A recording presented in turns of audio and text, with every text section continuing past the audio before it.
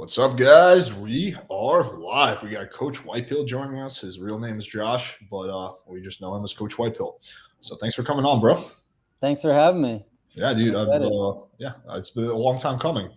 So for anyone who's not familiar with you, do you want to give a little bit of an introduction? Sure. So my name is Coach Whitepill. My real name is Josh. I have a YouTube channel, but I'm primarily a coach, not a YouTuber. So I've been coaching for about 10 years, coaching inner game and outer game. I started my journey quite a bit as a natural and then got into becoming a pickup artist, essentially. I spent a lot of time in the pickup community. And then, I can get into my background in a bit, but basically I've been coaching on the side for about 10 years, doing other businesses and things. And then in end of 2018, I decided to go full-time into coaching, and I've had my M-Force group coaching program for 3 years now, and growing nicely. I'm excited for 2022. So that's kind of my background. I have a podcast called the Whitepill Podcast, and we can talk about that a little bit. But basically, the white pill is a counter to the black pill. It's to inspire hope and faith that if you take action, you can improve your life and not be a statistic, essentially. So we can talk more about that later. But that's me. And I used to be a doctor, actually. I left a career in medicine. Oh, shit. So, yeah. Really? What made you do that? So the U.S. healthcare system's so messed up now that doctors are basically the highest paid slave workers. And most of my time was spent doing paperwork, and actually, like, doctors spend most of their time doing paperwork, not with patients. So it's not the life you sign up for. You sign up to like have your own. I signed up to have my own clinic. I'm an entrepreneur at heart. So I always wanted to have my own business and run things my way. And now I was working with doctors that just closed shop and worked for hospitals because they couldn't afford the overhead. So I was like, I'm out. I don't want to do this anymore. I didn't sign up to be a high, very, very well paid slave. So. And I like this a lot more. I still help guys. I still use a lot of that stuff. I use a lot of cognitive behavioral therapy and a lot of psychology. I can't give medical advice because I'm not licensed, but with my students, I do a lot of mental health stuff, a ton, which is way underrepresented or underrated in game and learning how to date is all the, personal issues and mental health issues. So it's been amazing to have that background. With what I definitely agree with you. The medical system in the U.S. is so fucked up, but that's a conversation of itself. I don't want to go down another that time. Yeah. Offline, you and I should talk about that. But so, can you explain what the difference is between the white pill and the red pill for anyone who's not familiar? Yeah, so the white pill we discovered. I like to say discovered because it's a concept that should have always existed. We started promoting it about early 2020. Before everything hit. But basically, the red pill from the Matrix is supposed to represent the truth.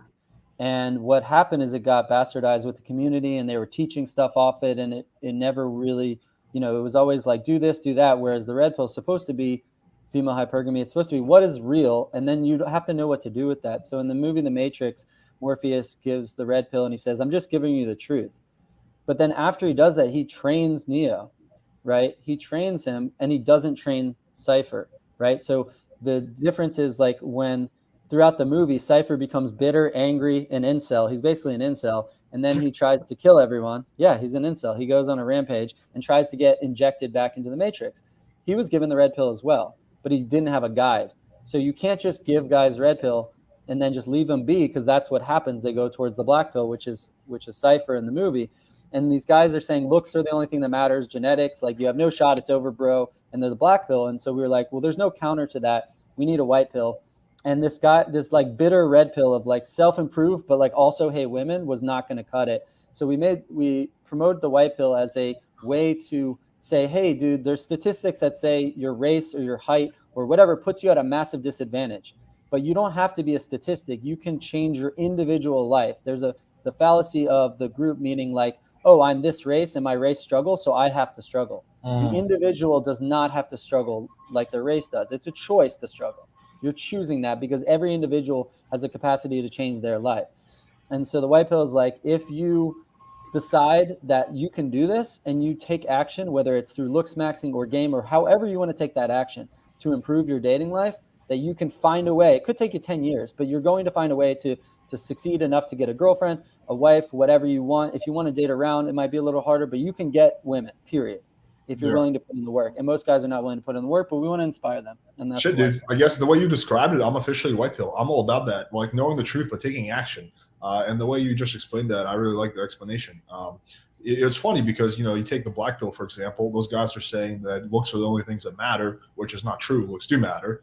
I think the pickup community almost did themselves a disservice by saying that looks don't matter, because it created this counter movement. So whenever you go too far in one direction, you have pushback, right?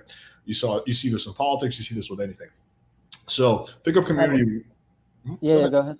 I want to say one thing about that, because I think people mix the pickup community way too much with RSD. Because the pickup community, I was in it, and there's all different like elements to it. There's bitter guys, there's guys who do nothing and complain, there's guys who take action.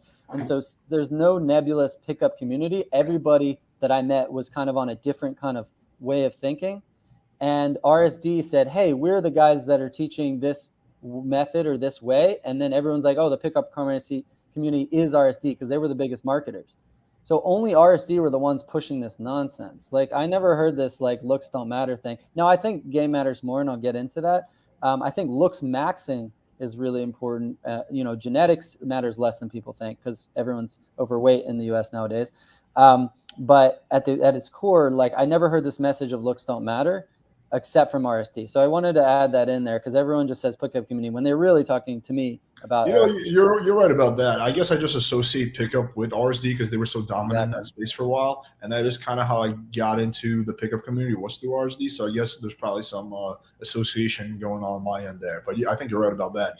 But anyway, so going back to what I was saying, is in the black pill community, they say looks are the only thing that matters, but yet none of them really have looks maxed. I've yet to meet a black pillar who's like really jacked. Hasn't happened. And I'm talking about soft looks maxing. We're not even getting to hard looks maxing. I think you and Kevin made that distinction between soft and hard looks maxing. So I find that interesting that, you know, they say looks are the only things that matter, but they're like, okay, so what have you done to improve your looks? Exactly. I don't know. I grew my hair like a few months ago. Exactly. So I just find that funny. So I'm all about taking action, improving things, because I have met, they say like the argument that the black pill community uses whenever I give a counter example is like, oh, but he's just an outlier. He's the exception. Okay, but don't you want to be the exception? Like, why do you want to be the like, if I found out that like I'm Russian, I found out that, I don't know, Russian guys are Russian guys. Oh, you're okay. Russian guys. My ancestors are Russian. Russian guys on average go broke by the age of 30 and have no money and wind up in debt. I wouldn't just be like, oh, I guess that's my future. I'm like, okay, I want to be the exception to that. I want to be the Russian guy that does not wind up broke, and you don't have to. So again, there's I think there's a lot of power in taking action. That's one thing that RSD I think got right. Is just I think that they redirected their action in mostly the wrong place. So I think that's like a big thing. So let's get into more specifics about what the stuff that you teach. So let's start off, like, let's say you have your average student. He starting at a baseline. He doesn't know game. He hasn't looks maxed. Where would you guide him? And he has some. So I always, again, that's why I do coaching, not courses, is because like courses is like, here you go, do it on your own. Whereas every individual has different issues. There's guys with no father. There's guys with sexual abuse. There's guys that are fine, that are just, So I always take it, every student gets a different customized starting point, right? So if you have extremely low self-esteem or social anxiety or whatever, you have to start at a different point that a guy's struggling with escalation, let's say, or whatever it is. So I always take the individual guy and say, what's your biggest key struggle, and start there. Because a lot of guys I work with self-esteem first and foremost.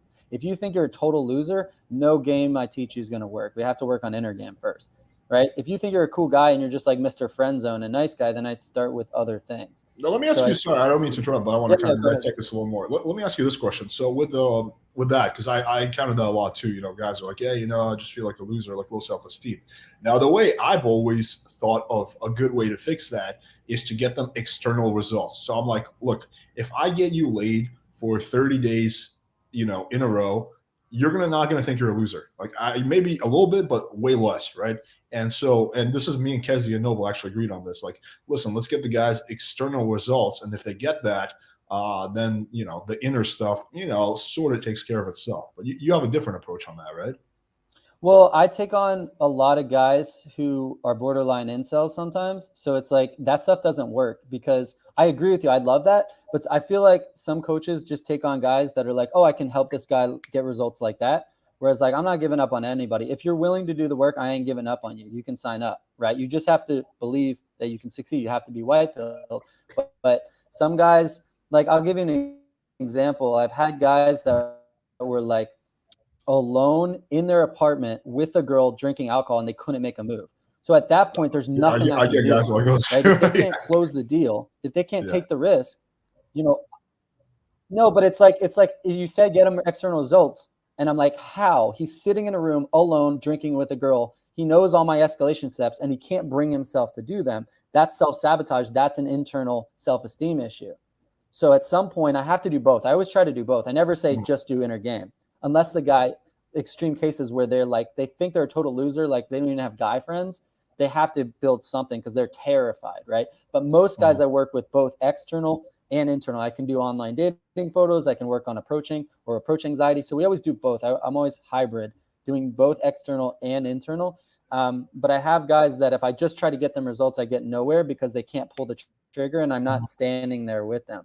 Like I'm standing there with them, I'm fine. Like I can push them. But remote coaching, I have to work on their internals a lot because I could give them all the external success in the world, but they can't complete the action. It is what it is. But they get good with both the dual approach. Your style reminds me a lot of Brian from the Fearless. Are you familiar with Brian from the Fearless Man? No.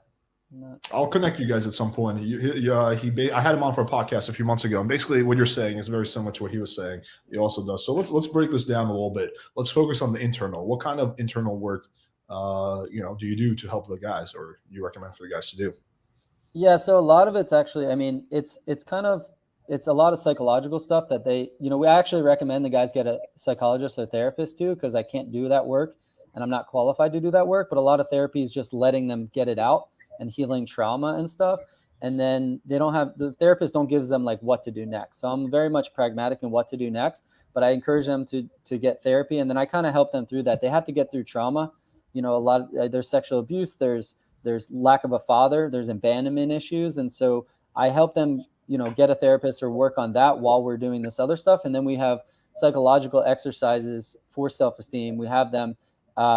It's just a lot of inner game work. It's kind of hard to explain like in a few minutes on a podcast. Oh, no, we can deep dive into this. Let's make it. Okay.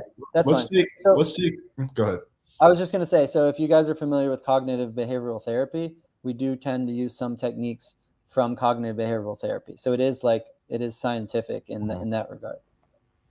What I was going to say, it might be interesting to just take, obviously without revealing anyone's name or personal information, but like a case that you thought that was interesting and just kind of dissect what you did and the journey and something like that while keeping everything confidential. Yeah. So I'm trying to think of one that I feel comfortable sharing, because even without the names, sometimes it's just like, it is one of those things. But I've had I had a guy that was divorced and he suffered from not only like nice guy syndrome, but it was like his whole life fell apart. He had a kid and his wife cheated on him and then, ended up with the other guy. And he had a lot of self-esteem issues. And, when you get older too, he's in his 40s, you have trouble changing your ways. But he was really receptive to coaching. That's like key. He was like, anything I said, he did. And that's why he was so successful. It did take him a while. Again, like I don't promise instant results because it's garbage. Like any coach that promises instant results gets them for a percentage of their students. I had a guy lose his virginity the first week of my program. So I talk about that stuff. But if I say that's like, oh, every guy who's a virgin join my program, you'll join in a week. That's bullshit marketing, right? If I'm saying you join my program, you're gonna lose your virginity in a week.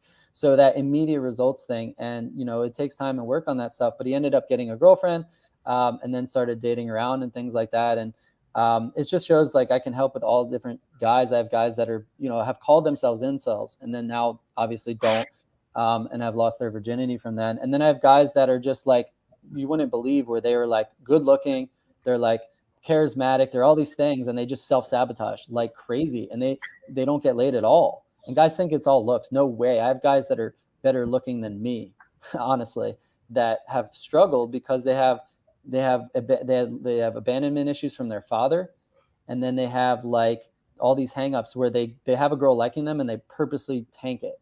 because they feel they don't deserve it. And that's a weird thing that goes on when you've been abandoned by your father.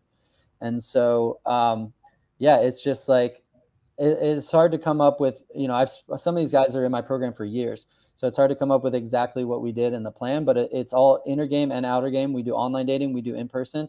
I work a lot with approach anxiety. I can get into how I destroy approach anxiety because it's a pretty cool. Yeah, let's definitely get into that. Yeah, but yeah, it's hard to. I had another story I want to tell, but it's a little too. I don't know. I'm just. It's a lot of personal, like sexual abuse and things like that I don't even want to reveal about. Let's get into the approach anxiety stuff then. So what's the method?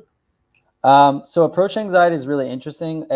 Most coaches that I've seen out there teach like 3-second rule, or just like relax, bro. It's really hard to explain when you don't have approach anxiety. But what we did was, I learned this from other coaches back in the day. We were doing they call it social freedom. Have you heard of social freedom exercises? No. So social freedom exercises are basically where you do things that are out of the ordinary to realize that people do not care who you are, what you do, or if you're weird, as long as you're not making them uncomfortable. So is that like doing push-ups in the street or something like that? Yes, exactly. So that's a little bit too much. Like, I know RSD pushed that stuff, but they did that in front of girls to like pick them up. No, this is just for you in your own headspace, right? And I'll give credit. There's a guy, Jared Syke. I don't know if you know him. I learned some stuff from him about this. We did some social freedom. There's also Sasha Daygame, who did a lot of stuff. Not the biggest fan of that guy, to be honest. No, I'm not. And I'll tell you why, because he did weird stuff. So he made them tell people like uncomfortable shit, like pick their nose and then try and shake your hand, which is weird. Don't do that stuff, right? But I scaled it back to like just being normal, but kind of weird. So like dancing somewhere, push-ups somewhere, like high fives with people. And when you kind of do these things that kind of put yourself in those situations where you just don't care, you're afraid to be like stand out. You're afraid to stand out for a good reason. You don't want to be an outcast, but that's what leaders are. And then when you realize no one cares, you get this total freedom, and it absolutely destroys approach anxiety. It really does, because you realize no one cares. And actually, the number one reason you have approach anxiety is not rejection. That's a misnomer. That's one of the reasons. The number one reason that you have approach anxiety is fear of other people watching you get rejected, because it makes you an outcast.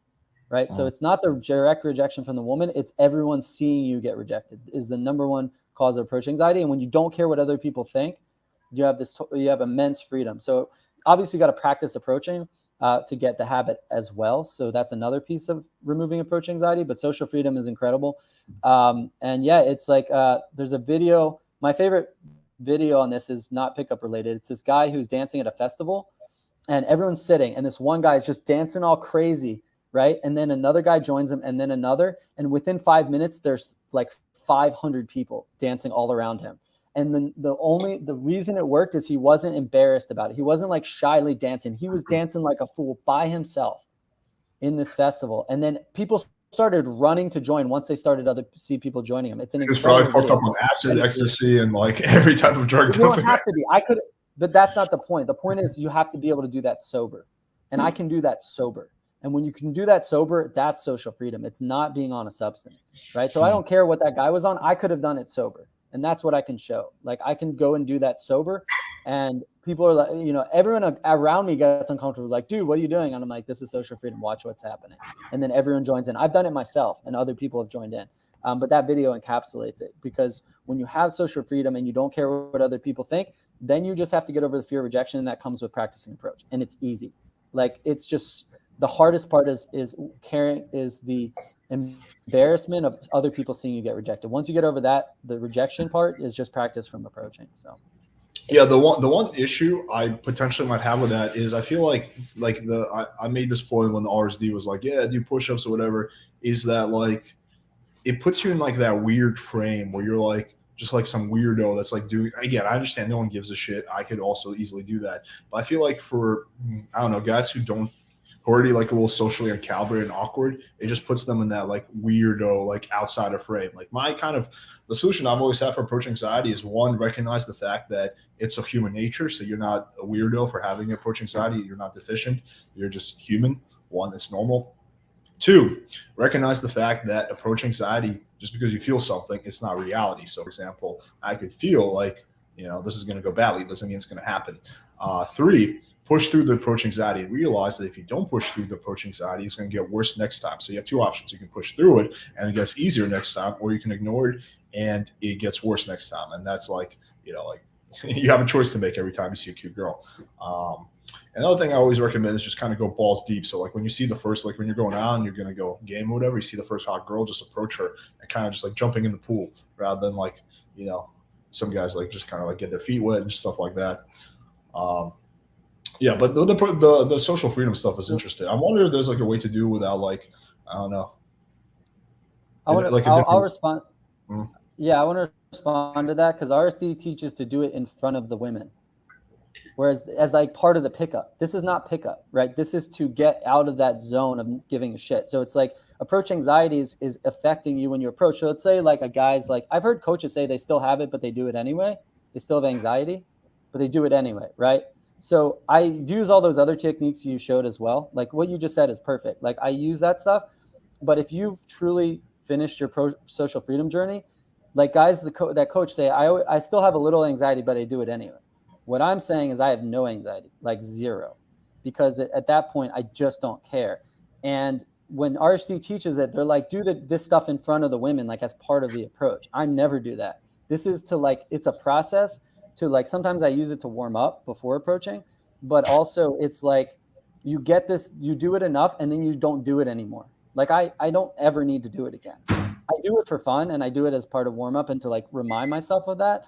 But I don't need to do it anymore. And so it's like, I don't teach it as like part of the approach. I wanted to clarify that. You're not doing push-ups in front of girls, like, because then you're clowning, right? The whole point is doing push-ups to not give a shit. And then like 20 minutes later, you just do a normal approach, if that makes sense.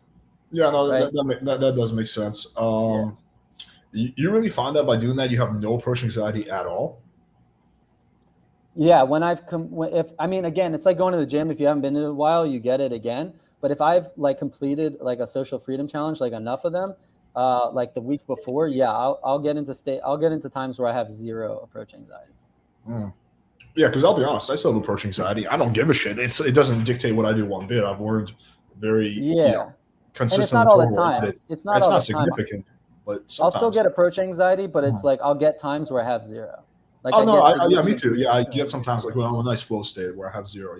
But okay, I understand better now.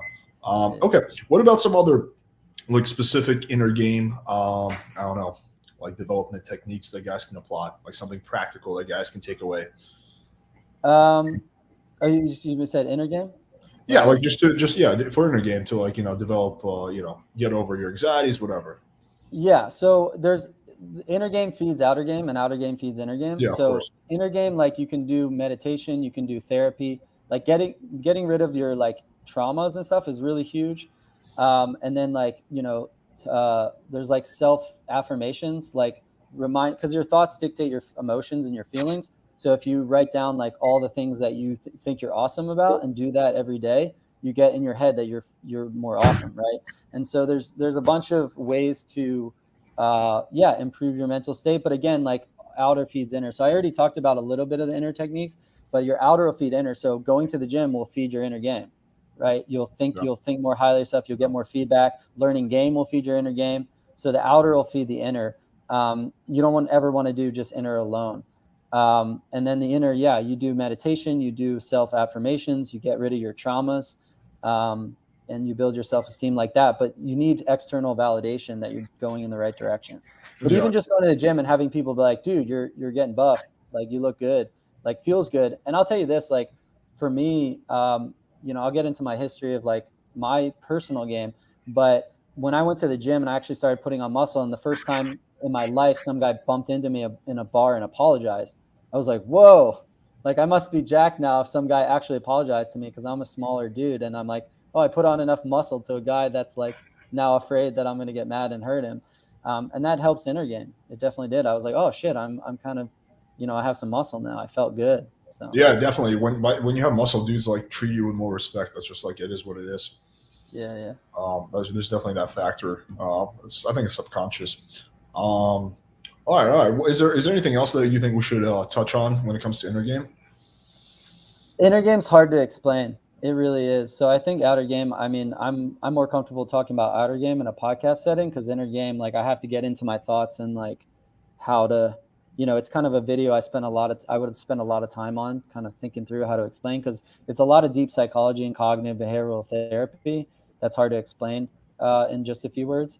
But yeah, I think I gave kind of the gist of what to work on. You got to get over your hangups, your traumas, your self-limiting beliefs, your toxic thought cycles, self-affirmations, and then using the outer to feed the inner. So it's all subconscious. A lot of it's subconscious, as a commenter said. I used to do hypnotherapy back in the day. I probably want to get back into that at some point again. There you go. Yeah, they would put me under, and then they just like do like affirmations, but apparently it like sticks a lot more when you're like under. And then I've heard of that. Yeah, I'm not a hypnotherapist, but I've heard that's pretty effective. Yeah. I don't know if I believe in NLP, but yeah, hypnotherapy I believe in. I've heard good results from hypnotherapy. It's interesting, and then he would be like, "So, tell me about this," and then he would like probe and probe and probe and probe. It was interesting. Yeah. It was interesting. All right, so let's get into a little bit of external game. I mean, I've covered it pretty extensively in my YouTube videos, but let's touch on it. What are your like top external game like tips? Well, I mean, I think I love what you do, but I think we all have, as coaches, have different takes and different techniques. One thing I'm big on with outer game is putting in the reps. Most guys will say I approach, and they approach 2 women when they should have approached 10. It's experience, Agreed. right? Yeah, the more experience you get, the better. So I think that, actually Kevin released a funny video with Grant Cardone in it today, but Grant Cardone, his one thing is 10x everything. And so even though it's very simple, people don't do it. So if you want to get real results, you should do 10 times whatever you're doing right now. Like now again, like you're busy with work, I get it, but you should still be doing more. But when I did pickup, I went hard. I was going out 6 nights a week, and that's coach level stuff. You don't have to do that, but you should be doing a lot more. Also get a coach. Like coach will accelerate your progress significantly. So hire Alex or hire me. Like that's going to accelerate your progress rather than trying to do it on your own. Be careful who you listen to online. And then the last thing I'd say is document. So I watched the interview you did with Seal, and I think he's very good. And I think he talked about this, like document is everything. Reviewing through your head what happened, writing it down and saying, what did I do wrong here? And self-evaluation, and then getting a coach to help you critique it and help you self-evaluate. Because when I was a pickup artist, we were on the forums and we'd have keyboard jockeys and stuff. But the guys who posted the most about their approaches, what they're doing, and logged every approach, I logged every approach I did for 6 months, like every single one. And I'd write down, I got her number, I didn't, like this conversation, what we talked about on this stuff. That's how I got very good. And so with my students and with the forum, whoever posted the most about the action they were taking were the best by far, by a mile. And I could just see it. With my students, I always say, whoever posts the most, not just like keyboard jockey crap, but whoever posts the most about actions they took is the best by far. And it's always been that case in my program. The guys who post the most are by far the best. And so I'd say that, like, just to recap, put in much more effort than you're doing because you're probably not putting in enough. Document everything and review it, and get a coach to help you review your like game film. And you don't need actual game film. That's a whole nother thing, but you need notes on what happened. If you can get infield of yourself, that's huge. You learn a lot about yourself by watching infield.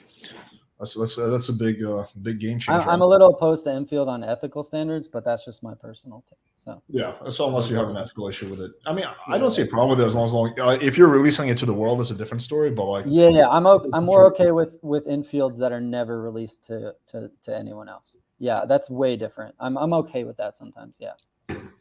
Okay. Anything else you think we should cover before we take some questions?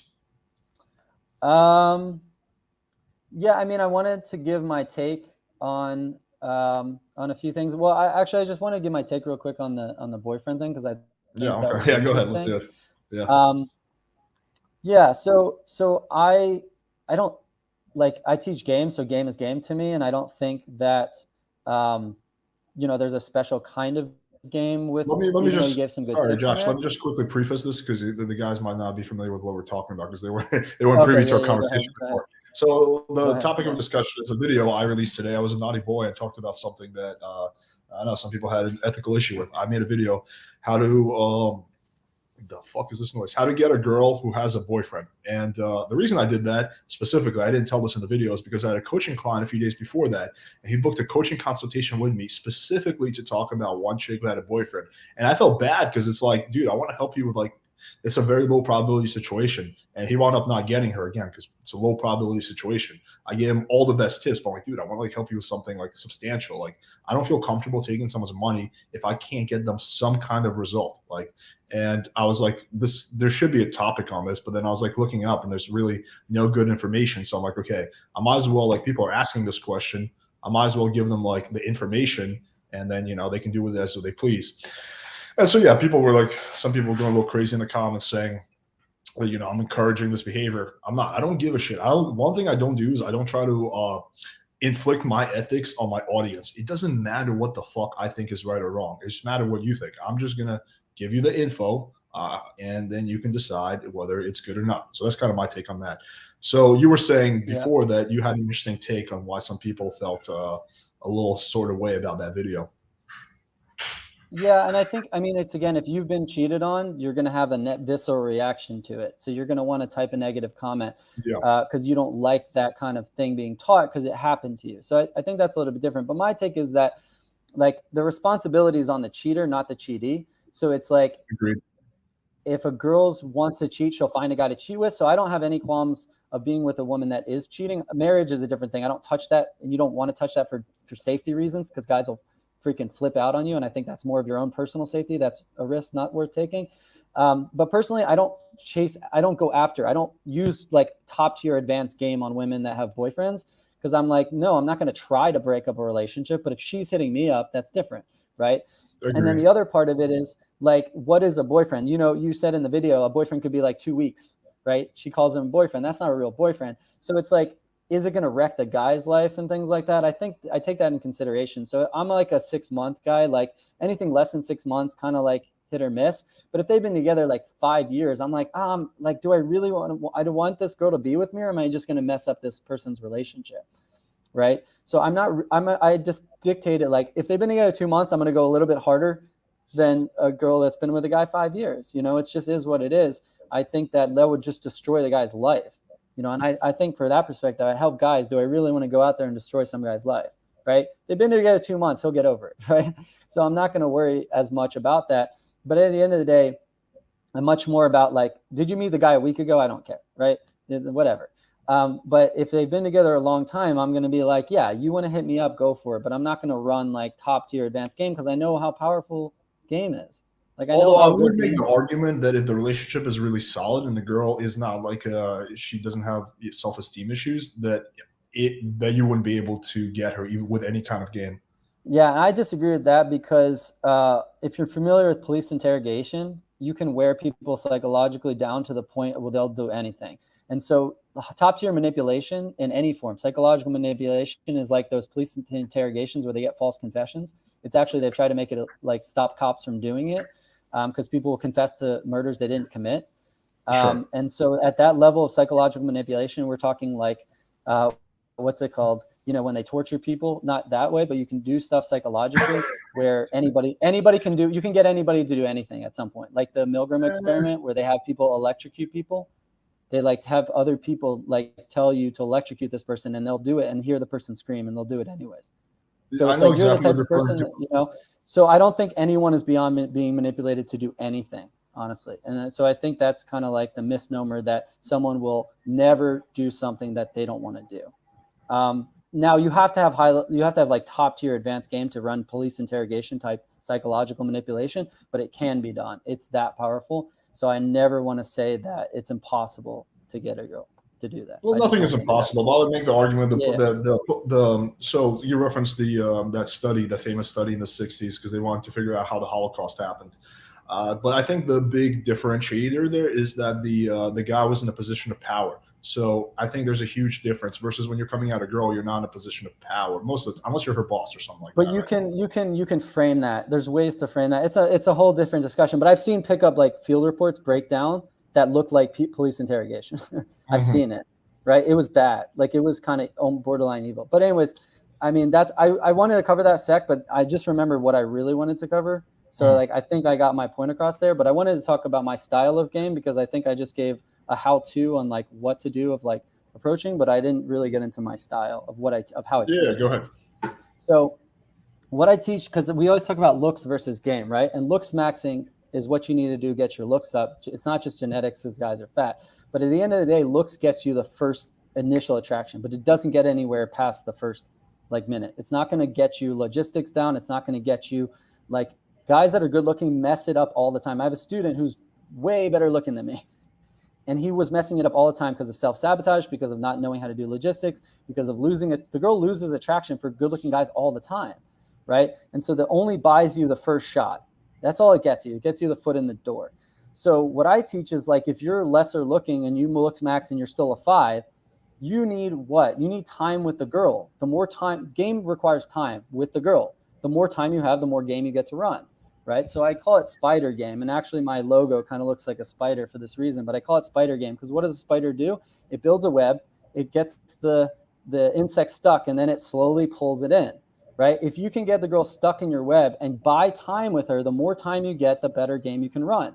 So if I am against like this Giga Chad, you know, the best looking guy in the world, and we're both talking to the girl in the bar, I really don't have much of a shot right there. But if she agrees to a date with me and a date with him and I get 2 hours alone with her, I can do extremely well and I can actually beat the guy because I get more time to run game.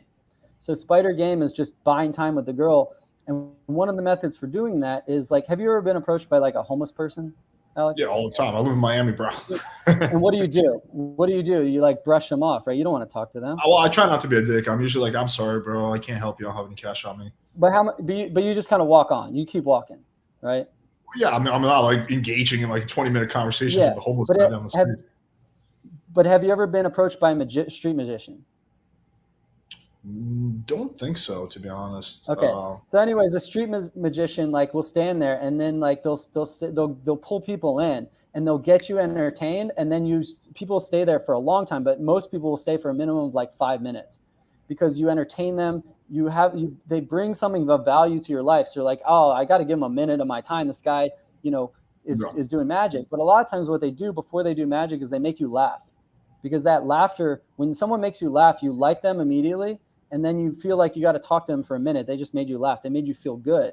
And so what I teach is like, when you walk up to a woman, you want to make her laugh, because if you can make her laugh, then she has a good feeling and she'll give you more of her time. Now, obviously you can use dominance and other ways to get her interested without that. But one of the most effective ways to buy more time with a woman is make her laugh.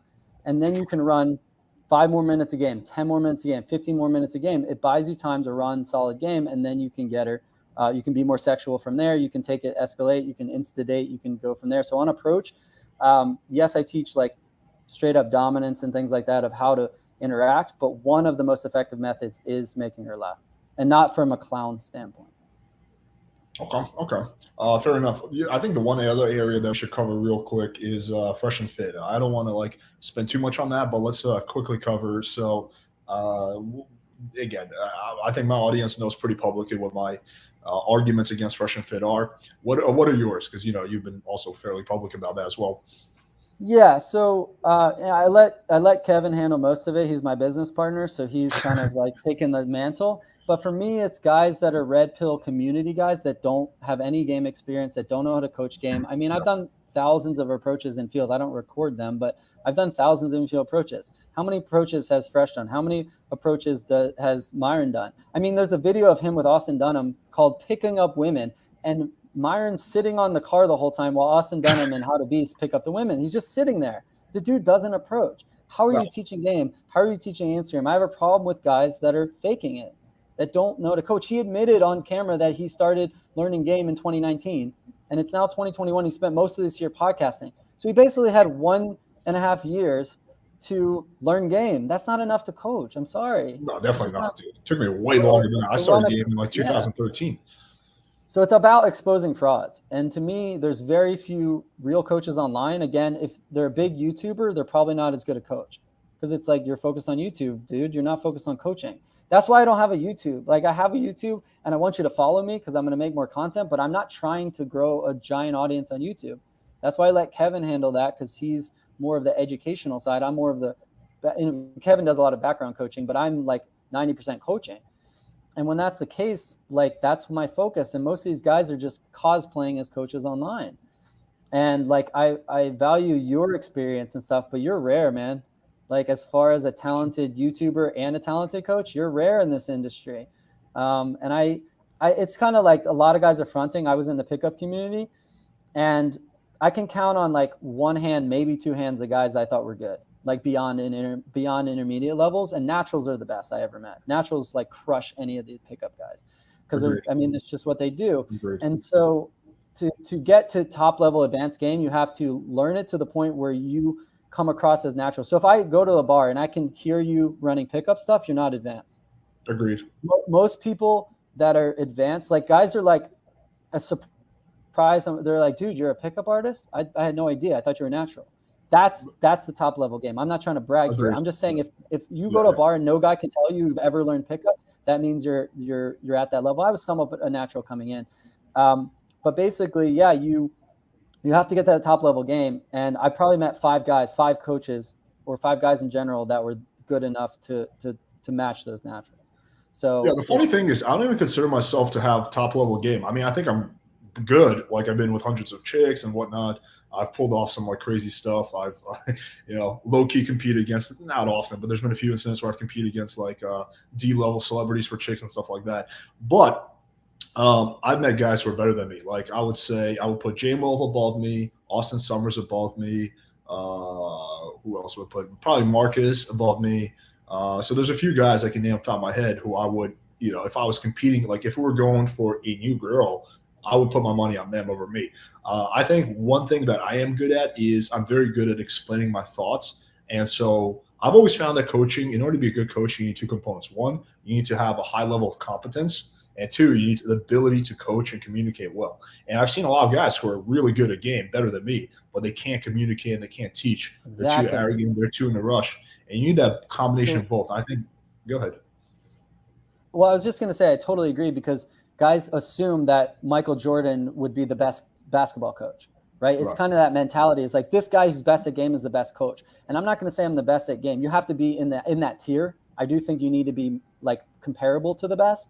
But being the best coach is coaching skill is totally different than game skill. It's not even in the same realm. And you can have guys that are amazing game that are awful coaches. They don't know how to explain their thoughts and they don't know how to apply it. And the other blind spot is looks or height.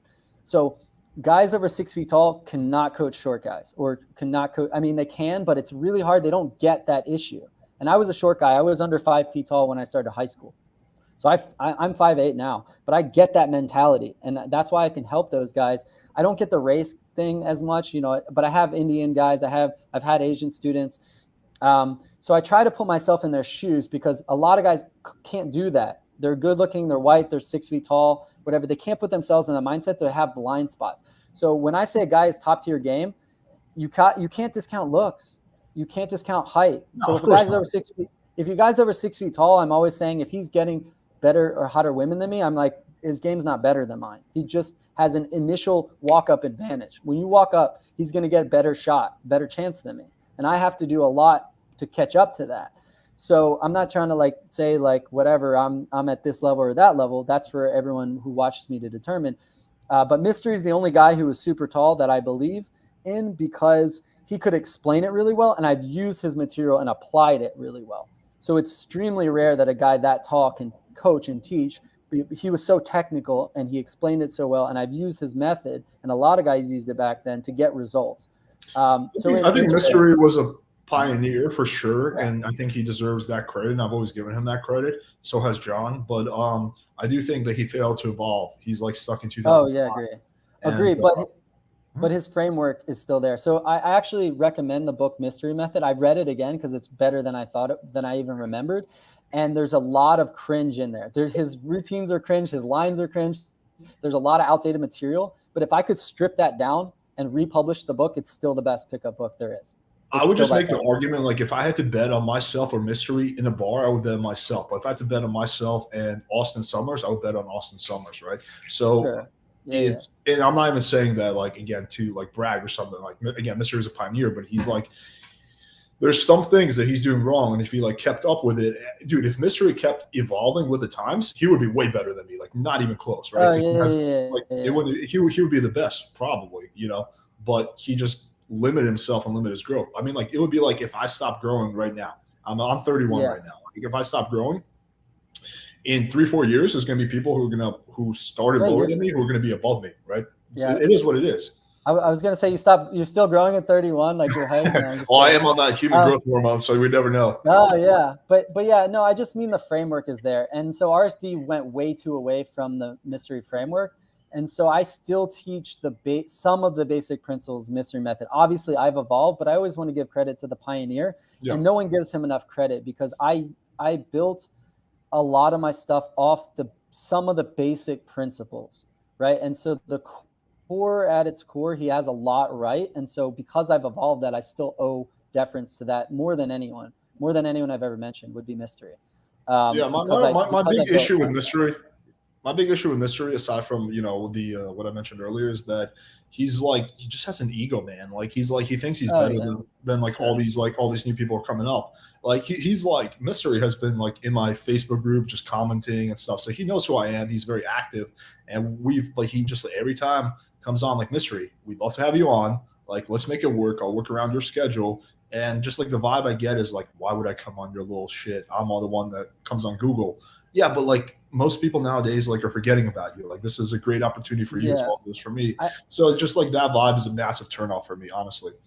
Yeah, I think he's had a lot of personal issues. I don't want to get into it, but I Yeah, think yeah. he's got a lot of personal issues that's going on. So I just kind of stay out of that. I appreciate what he did, and I have to give him credit for some of the principles that I base my evolution off of. I've evolved past that too, obviously.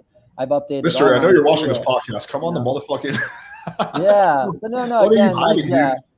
I don't have any personal experience with him, but yeah, we move on to another We can topic. start the But show by me saying, I hail to Sir Mystery. You are so much above me. Please grant us with your presence, and then we can yeah, proceed with the podcast. I have no yeah. problems with that. But anyways, yeah, I'm fine to take, unless you have more questions, I'm fine to take questions from the chat. But yeah, basically my principle is that every guy needs a different program. Every guy needs customization. That's why you need to get a coach. And then you guys got to put in the work. I've always heard guys say they did the work and most of them did half the work. So that's all I'm saying is like, you don't have to go out 6 nights a week like I did because I put in the work, to be a coach, but you got to put in more effort than you're doing right now if you're not seeing results. Or get a Yeah. coach. If you're doing a lot of, if you're going out and approaching like 50 women a week and you're not getting results, you need a coach. Like you just do. Like if you're running numbers like 50 to 100 approaches a week like that, and you're not getting results, I've seen a few guys like that. You need a coach, man. Like you're just running your head to the ground. But if you're doing like one approach a week, stop complaining and start doing 10, 15, 20 approaches a week minimum, Yeah, I mean, to me, it's like the most valuable thing is my time. So it's like I outsource a lot of things. Like, for example, this is a discussion I've had with my dad. He's like, hey, why do you pay your marketing guy this much money? You could probably learn to do that yourself. I theoretically could, but I don't want to. I'd rather spend my time making content, what I'm already good at, right? And answering questions and whatnot, right? I could, in theory, probably in a year or two, become pretty good at marketing, right? I'm not a dumbass. Mm-hmm. I'm actually a marketing major in college, but I'm gonna outsource that. I'm gonna outsource like a whole bunch of other things. My tech, I could, in theory, learn how to do tech stuff, but I'm gonna outsource that and pay people, right? So yeah, to me, it's like physical therapy, right? I have an injury. I could, in theory, watch videos on Google, but I mean on YouTube. I'd rather just go to a professional, right? Get advice from them. Mm-hmm. Fitness, like anything and everything, like unless it's what I specialize in, I'd rather get advice from people who know what they're doing. At the very least, do a few calls and at least give me the framework. Yeah, so that's kind of my take on that. Mm-hmm. But Yeah, I I'm getting a lot super, of hater comments. Sorry, I'm getting dude, distracted. There's a lot of hater comments. you can't even look at that, man, dude. Every podcast I do, there's always hater comments. It means No, but there's a absolutely. lot. I'm like, guys, like, All right, guys. we can answer some. I'll answer some. Like, you guys are Yeah, throwing hate. I got we'll to definitely answer answer some of all this of shit. them. This is not fresh and fit. We don't have anything to hide. Yeah, But I'll answer anything, guys. Like, you can throw shit at me. You want to throw shit at me? I'll guys, answer it. before we answer the comments, I do want to issue a little challenge, I guess, or a polite challenge. If anyone wants to come on and debate us at the end, we will do that. So if you want to come on and debate us based on Fresh and Fit. If you're a Fresh and Fit fanboy, we'll have you on. We'll be respectful. You can keep your face anonymous. If you're a black pill guy and you think that we're wrong, we'll debate you. If you want to debate, game too. If you want to debate, if you disagree with anything that's been said so far, we will happily have you on and debate you as well. So, and I don't think me and Coach Whitepill agree on everything, but I think we agree on most things. So it'll be interesting. Okay, let's take some comments. Both claim to have no A. Wrong. I just said that I have approach anxiety still, and I think Josh said that he still has approach anxiety, but he's found exercises that significantly help him with that. Is that correct, Josh? Yeah. So I say I have 0 when I've it's like going to the gym. I don't once I've warmed up at the gym, I can pump out a bunch of reps. So I have 0 when I've done the social freedom, when I've warmed up, essentially. I can get it to a point of 0. It just takes just like at the gym, you got to warm up your reps, Yeah, me too. I can get it to a point of 0. Yeah, okay. Now I understand what you're saying. I mean. Yeah. Okay. I thought initially you meant that you have no approach anxiety. Well, I was okay. That makes more sense now. Yeah. I'm just saying it's easy. What I'm getting at compared to other coaches when they say they always have a little bit is I'm saying, well, it's not hard for me to get myself to a point of 0. Yeah. Or at least close to 0. Yeah, same. Close to 0. Yeah. Okay. So many people complain about different types of anxiety and they don't stop drinking caffeine daily. So you're bringing up a good point. You're talking about how anxiety is largely influenced by what you put in your body, which I agree with 100%. Diet that will play a role in your anxiety. I drink 2 coffees a day. I mean, maybe it's my personality, but that's not even too much. That's two cups of coffee a day is not that much. People drink 5, 6 cups of coffee a day. Yeah. I knew a guy. He was actually a cool natural, but dude, his thing was before we would go out, he would go to Starbucks and he'd get a 5 espresso shots in one thing, and he would chug it, and then he would start drinking. And we're like, dude, how long can you sustain this for? You're doing this 3 times a day. So anyway, I don't know if he's even still alive yet, but yeah, so definitely what you put in your body definitely matters.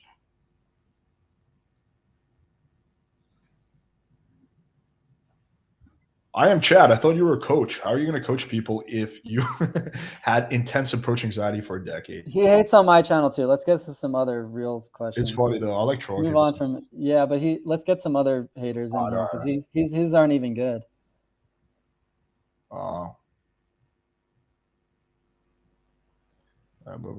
Is he no shit? I was thinking. Okay. Let's scroll back. There's some good challenges to me. Emmanuel with Normus. I'm trying to find a good question. Thanks for being open independent. It's just basically people arguing with fucking I am Chad.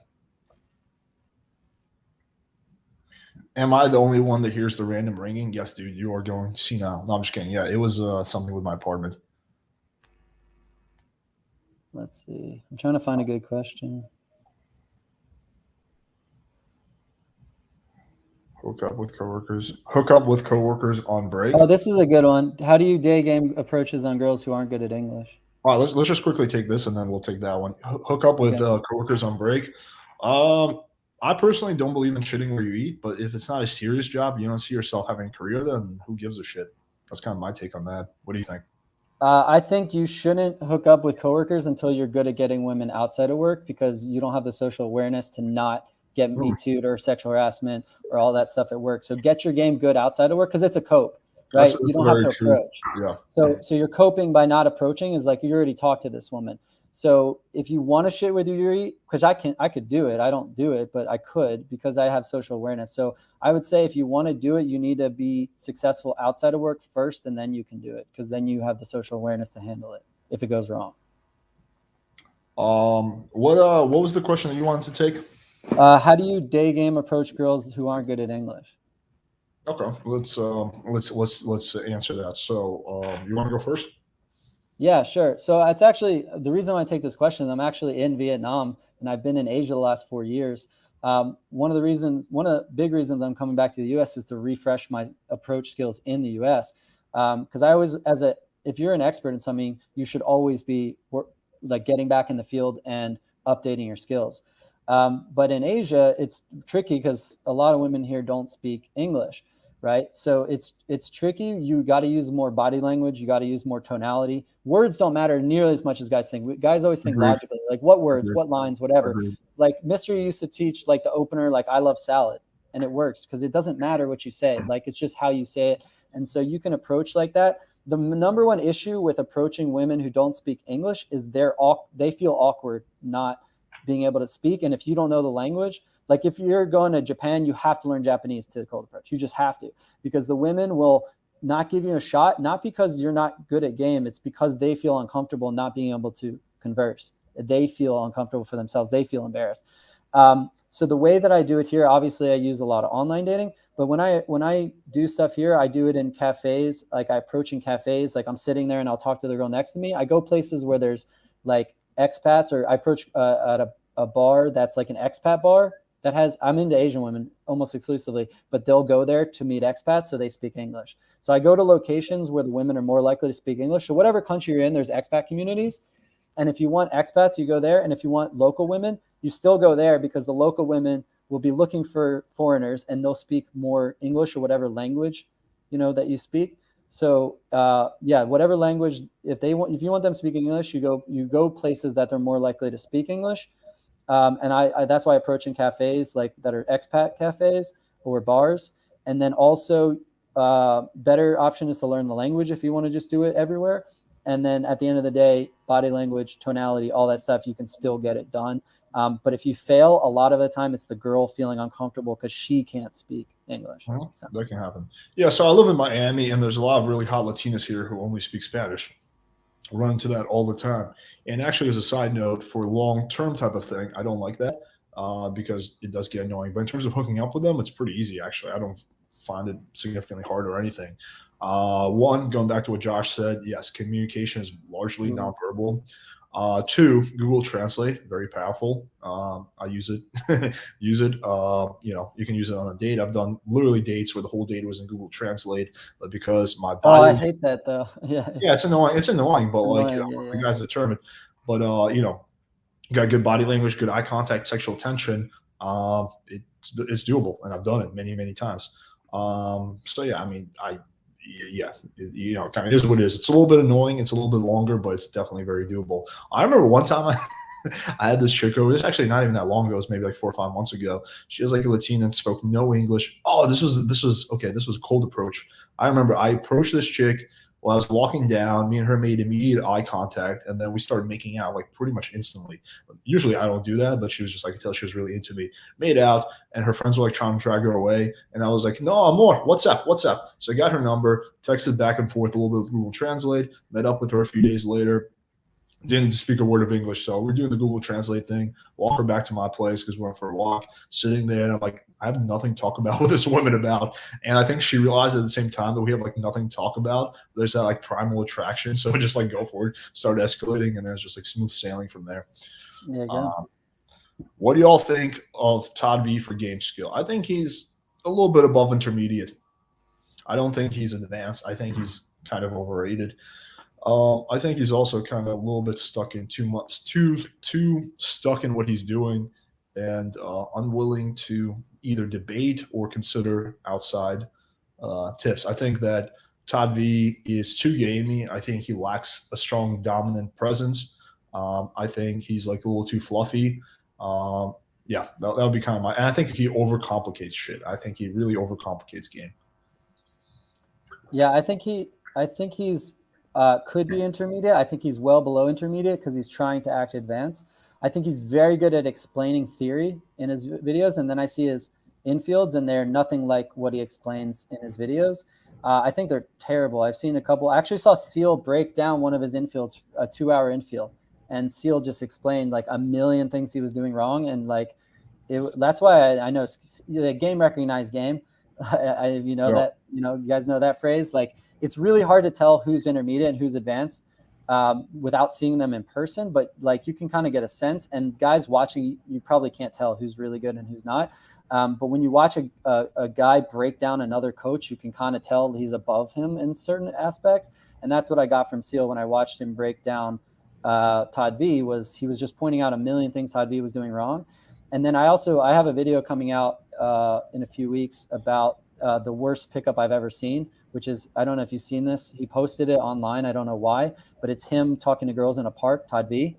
And it's just like so uncomfortable and awkward and like creepy that I'm like, this is why women tell you not to approach, because he's being a creeper. And guys that are, he's like, they're like, oh, he posted it as a bad example of what not to do. Like, he's like, oh, I make mistakes like everyone. This is just a normal rejection. I'm like, no, it's not. I've never been rejected like that. Never. In my thousands of approaches, have not once had anything close to rejection like that. And I gotta see the video. What happened in the rejection? Well, he was basically, there's 3 girls on a bench. So he approached the 3 set in New York. He's standing over them. He's running the most boring game I've ever seen. They want him to go away. They tell him to go away like 3 or 4 times. He won't go away. He refuses to go away, and he's not good at plowing. And then he supplicates, and then he like begs them to like him on camera. Seriously, it's like, how does anyone think this is good? I have a reaction video coming on it, because it's just like, I explain, actually, I teach you guys, you want to see whether I have game or not. You know, I don't put up infields, and I'll explain why in another time. But if you want to learn game, I teach in that video how to approach that set way better than he did. But basically, yeah, he just like, he's begging, like literally he's begging them. He's asking them, I wish you liked me, is what he's essentially saying. It's like, why can't you be nice to me? Could you quickly comment on why you don't post infields? Because I know the guys are going to be like asking in the comments anyway, so we might as well. Yeah. So guys, you got to understand that a lot of women do not want to be, spied on, essentially. And then even though you're not posting that information, if I post that on my YouTube, then other women see that and they're like, what is this guy doing? He's going to film other women. Even if they don't post their names, other women see that, women I'm dating. So I don't post. Here's the thing. And also, I date more. You guys want TradCon women? I date sometimes more conservative women. I'm in a conservative country. I already had a girl that I liked who was not like weird, not feminist. She was just conservative. She found my website where I said I teach guys how to meet women on Tinder and hook up, and she blocked me. That's crazy.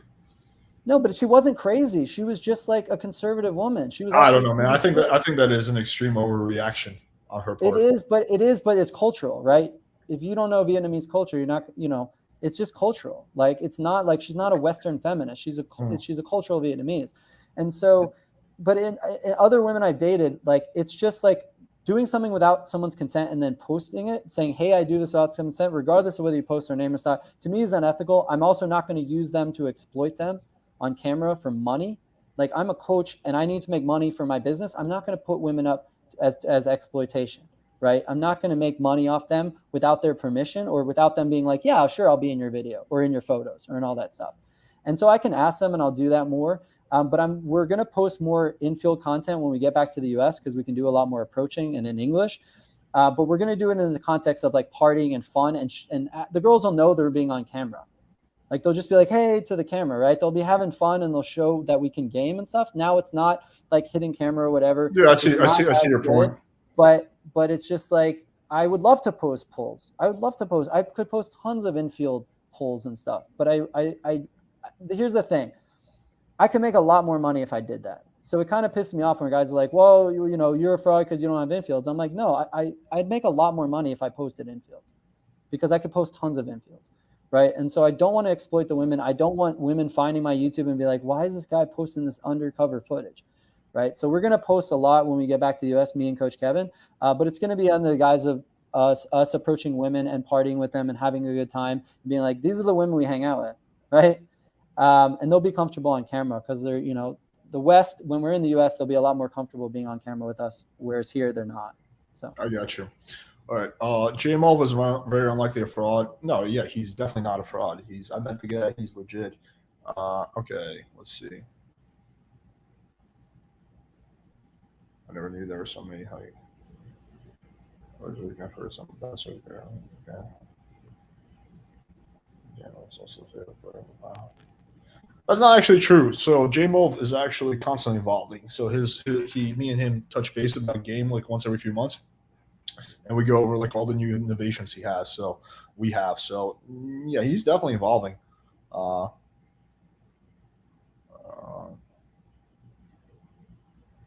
Above average. Okay, can we stop talking about J-Mall and his height? Okay, do you want to quickly answer this? Sure. So Coach Whitepill didn't even I'm get just a gonna get a medical drink. license, which means he didn't make it past internship, and his rationale is that the U.S. healthcare system is messed up. So I chose not to get a medical license. I don't know if you know what that means, but I did complete medical school. I have a medical degree. I could go work in a hospital right now and get a job in a hospital as a physician. So, like I chose that path, not to get licensed, not to do internship. The U.S. healthcare system is messed up, and I saw that because I was in the hospitals working directly with the doctors. Like I was a med student, I worked with the doctors in the hospital, so I could see it firsthand. So it's just utter nonsense that I couldn't get a medical license. I chose not to, and like I'm still a doctor. I have a medical degree. Like I'm a doctor. I'm just unlicensed, and if I wanted to, I could go apply for a job and get a job in a hospital today as a doctor. Like that whole like not medical whatever is a choice. I could go work as a doctor tomorrow. That's nonsense. Yeah, I have no zero experience in the medical industry, and I can tell you firsthand that the medical system in the U.S. is extremely fucked up Yeah, because way I've too had a much whole money. host of health issues, and so have people I've known, and I've seen it firsthand. And I mean, like that's a topic for another thing. I can one if Yeah. you're really curious, I can Well, walk you through the yeah, health issues. it's all credibility, and I get it. Everyone's questioning everyone's credibility these days online, and rightly so. But I'm happy to provide like evidence of my medical degree. I'm happy to explain my experience and pick up, and a lot of guys have seen me like pick up and can vouch for me in that regard. So it's like, I can't speak to my own skill. It's for other people to decide when they see me. But unless you've seen someone game in person, you don't really know how good their game is. You can get game recognized game though. You can tell someone has game, but by how they explain it, and how they can break down other coaches' film. Yeah, If I you can can break usually down tell another pretty coach's film, accurately the extent of someone's game just from talking to them. yeah, exactly. Okay, let me get back to the questions. This thing, the problem with this app is sometimes it skips. So That's fine. Yeah, um, yeah. It's fine. Show receipts that I'm a doctor. Yeah, I'll post my degree, and I post my full name online anyway, so it's not. Doesn't really yeah, matter. I was trying to get Andy, and they showed at some point that guy's a player. Yeah, yeah, he does seem like it. I just because right now his only accomplishment is just like kind of Yeah. like So confronting fresh and fit. I don't know if that's like enough topic for a well, podcast. also he broke in, and then he didn't break in. He actually just opened the door. Yeah, But he just like, opened the dude, door. like, don't do that. You ruin your credibility, man. Yeah, I know, right? Like he You actually ruin. like he seemed like such a Yeah. chill guy. I mean, I get it. He got him like content and shit. And I don't even think he was doing it for content. I think he was doing No, it but for like, dude, I watched his video and I was like, yes, like someone on the inside's finally like giving credibility to all these attacks. And then he goes and does that. I'm like, dude, I can't rep you anymore. You just pulled some crap that like doesn't look good, man. It made Myron look good. Like you did one thing that made Myron look good. That kind of pissed me off. I know. I was like, dude, no. I liked what he said before, but I was like, dude, I can't respect that. You're just showing up at his door. Oh wait, we can debate now. Yes, soon. But if you want to debate, you have to write exactly what you want to debate us on. Last time I did one of these, like everyone came on and was like, "Yeah, I actually like your content. I agree with you on everything," Yeah, which is yeah. Well, I appreciate that, and that's good. But that's not really too entertaining for the audience. So yeah, what's it called? So yeah, but let me know exactly what you want to debate, and then we'll discuss getting you on. All right, let's see. I think I saw another game question. How do I hire the right coach? That's an interesting question. Uh, Um, yeah, go ahead. I'll let you go first. I would say one, look for receipts. I fucking hate using that terminology. Look for proof. I don't even know how I started using this retarded fresh and fit lingo, but use look for proof. Like for example, with me, I have like 40 fit no, probably close to 100 layer ports publicly available between my YouTube channel and my website at this point, and I show you all the screenshots from start to finish. Two, see how well you vibe with a person, and three, look for testimonials and actually people you know who've gotten experience with that guys, and just check out their content and see how well you resonate and vibe with them. I think that's a big thing as well. Yeah, and I would say like again, I don't I think receipts are really important to show the skill level of the coach because they have to have a skill level, but it doesn't show how good they are at coaching, right? So and also I wanted to clarify, I don't not have receipts. I provide them in private situations. Like I have photos and things like that. So if a guy really was like, dude, I don't know if you get hot women, then I would like show them. I actually have it on my Facebook a little bit, but I'm happy to provide like regular photos in private. I'm just not going to like post them publicly as marketing material. So you want to see me with some girls, like You have to be a serious student. Like, I'm not just going to take like random guys that are haters and show them all my photos. But if you get on a call with me and they're like, dude, I want to join your program, but I would like to see some of the girls you're with, I'll send those over to that guy, but he's got to be serious. But then the other thing is like, dude, what do you want? You want to get good for yourself, right? So the coach being good doesn't help you. The coach being able to help other guys helps you. So when I say hire a right coach, if you really want to do it, not just read testimonials, because those can be fake. Talk to a guy in the program, maybe even get on the phone with a guy who's in the program or taking the program. He has no reason to lie to you, right? So if he says it's legit, it's probably legit. He's not being paid to say that, right? He might be, but it's really rare. Most of the time you get on a phone with a student and ask him what he thinks of the program and how he's doing in it. And if he's doing well, then you'll probably do well if you take it seriously. Like, a lot of guys come in and don't take the coaching seriously. But if you take the coaching seriously and do the work, if a guy tells you and he's in the program, it's great, then your chances of doing well with the coach are pretty high. Alex, you usually say they look for loyalty in girls you date, but how does that work in an open relationship? That's an interesting question. So loyalty can mean a lot of things. I trust, for example, let's take my thing with Natty. I know that she will be loyal to me above anything and everything. So meaning like, if I tell her, hey, I'm not comfortable, and she, first of all, she's fairly non-promiscuous, so she hasn't even been with a guy in the last like 5 months other than me since we actually started having that. I just leave the option open for her because I want to have the option open for myself. And that's really the only way to sustainably do it long term, in my opinion. But I know that she will, one, be honest with me, two, she will prioritize me over, pretty much anything and everything, with the possible exception of her family. So yeah, loyalty can cut many different ways. But yeah, also there's a very high level of trust. Like, when she tells me something, I trust her again because she is an honest human being. I've never caught her in a lie. Like, as soon as I catch someone in a lie, my trust for them significantly goes down. Okay. I'll say for me, I've been traveling for the last 4 years, so I haven't really been in relationships. I'd like to be in more of those types, maybe open relationships, but yeah, I've mostly been like friends with benefits type situations, just because I moved so much over the last like 4 years. So when I settle down a little more, I'm looking more to do that, but I haven't done that in a very long time. Oh, this is an interesting one. I was actually going to bring this up. Do you want to answer this while I take a piss? Sure. How do you deal with balding when you were considered really good looking with full head of hair? Now you're invisible because of the hair loss. So I will say that this is kind of, I don't know how accurate the study was, but one of the studies that I looked at, I'm not a big fan of studies, but some things from like photos can be effective, where women rated bald men as less attractive but more dominant.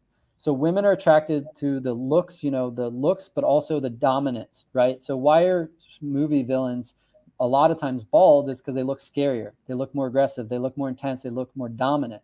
So when you look more dominant, you're going to do better with women. So, and then also like women have a fetish for bald. So some women have that. So when I went bald, my online dating took a hit, but my in-person didn't took a hit at all. And for the first time in my life, I had women that discounted me completely, that were like not giving me a chance. So that was kind of hard. But then I had extremely attractive women that had like a bald fetish for me. So that was cool. So it's like I can't date every woman. So this was the first time when I went bald that I had women totally reject me like immediately. But then I had some extremely attractive women that were just had a bald fetish that just wanted me, right? So it kind of balanced itself out. And then if you don't look good bald, one is like grow a beard if you can, because you look like an alien if you're bald with no beard. So you definitely grow a beard. Yeah. And then also it depends on your head shape. It depends on whether you can grow a beard. It depends on what you look like.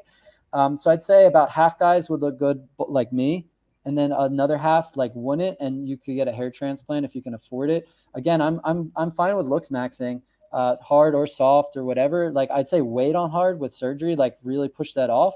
I'm not opposed to it, but I think, hair transplant, I don't like the drugs, the pills like mess up your hormones and stuff. So I stay away from any kind of hair regrowth pills or hormone altering. Because one of them blocks your testosterone. It's like, why would you block your testosterone to get more hair? You're talking about finasteride. Just to be clear, finasteride does not block testosterone. It blocks testosterone derivative. But yeah, that has been I know I'm a doctor, so I know it blocks the derivative, but it still has consequences that are related to blocking testosterone. Like it still has side effects. But anyways, regardless of that, hair transplant, totally legit. Get it done right.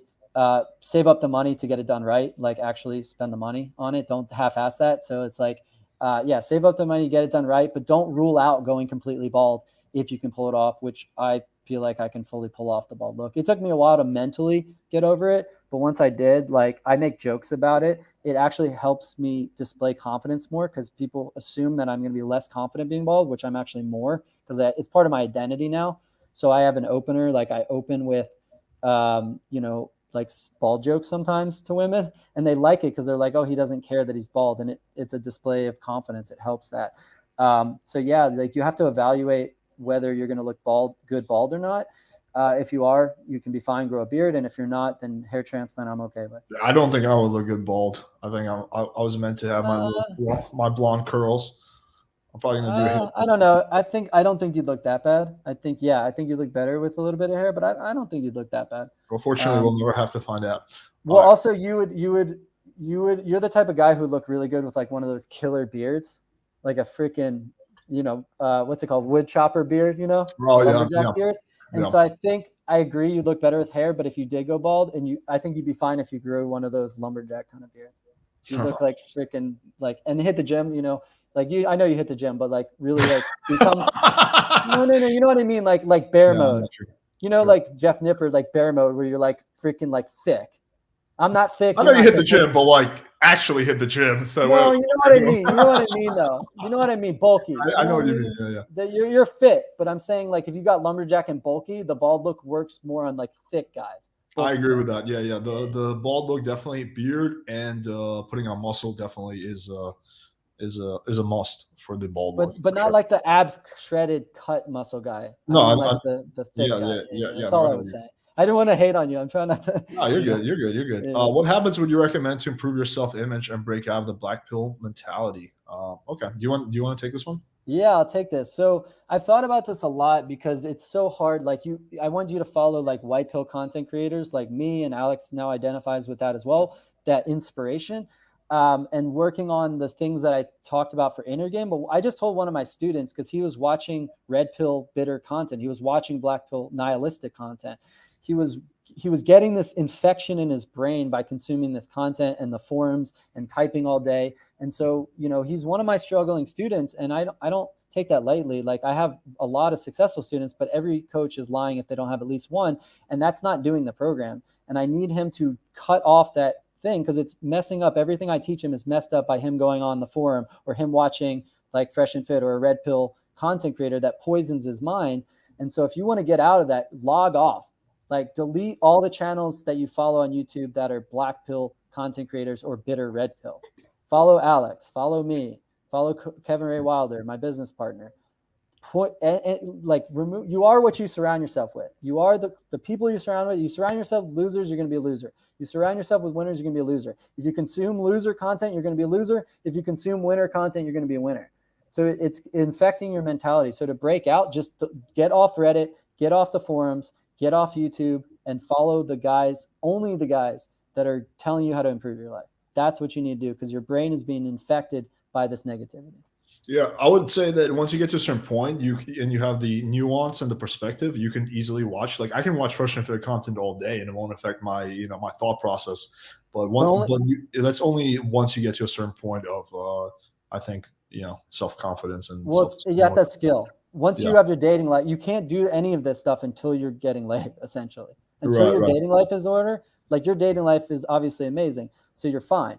But like you can't consume that content until you distance yourself from a need, which is your need to attract women. And once you attract women with ease, then you can watch anything at that point. Yeah. How do we? So where can guys find you? Cool. So I do have a YouTube channel. I'm going to be doing. I don't do the edited content because I hate creating content, but I'm going to do streams coming up. I also am on Kevin Ray Wilder streams a lot. And then I have a White Pill podcast where we've recorded 50 podcasts where you can listen to White Pill content, learn how to improve yourself, work on that. And I'll just give my website, which has links to everything. At the bottom of my website, you have links to the podcast, you have links to everything. And my name is Coach Whitepill on YouTube. So that's where you can by me. That's an interesting question. Do you guys agree to never talk about dating dynamics with women unless you're a coach? I don't think it's a death sentence as a lot of people make it out to be. I talk about it all the time. I mean, I guess I am a coach, so, but it just after sex, do it after sex. Like, don't do it before sex. That's the short and dirty version of my answer. Well, I'll say you can talk about almost anything after sex, except like, hey, I want to like, shoot people up. Like outside of that, you can get away with anything because there's more compliance at that point. But actually, yeah, I don't like to talk about it as a coach, but I'm fully transparent because it's like a magician telling you how the secrets work. You have to be careful talking to women as a coach because they're trying to get your secrets, and you'll be like, I'm a magician. I'm not going to tell you how the magic trick works. So I don't like to, but I can't hide from it. So like I kind of dance around it. I tell them the truth, but I dance around it when I'm talking about it. But yeah, if you're not a coach, there's no reason to talk about it because it's too logical too. You want to get women emotional. You don't want to be logical with them. So I would avoid it completely. If she brings it up, you can talk for a second and then move on. But yeah, if you're a coach, I've heard RSD, they like dodge the question. They're like, I'm a life transformation guy. It's like, no, like just tell her what you do. So I'm fully transparent.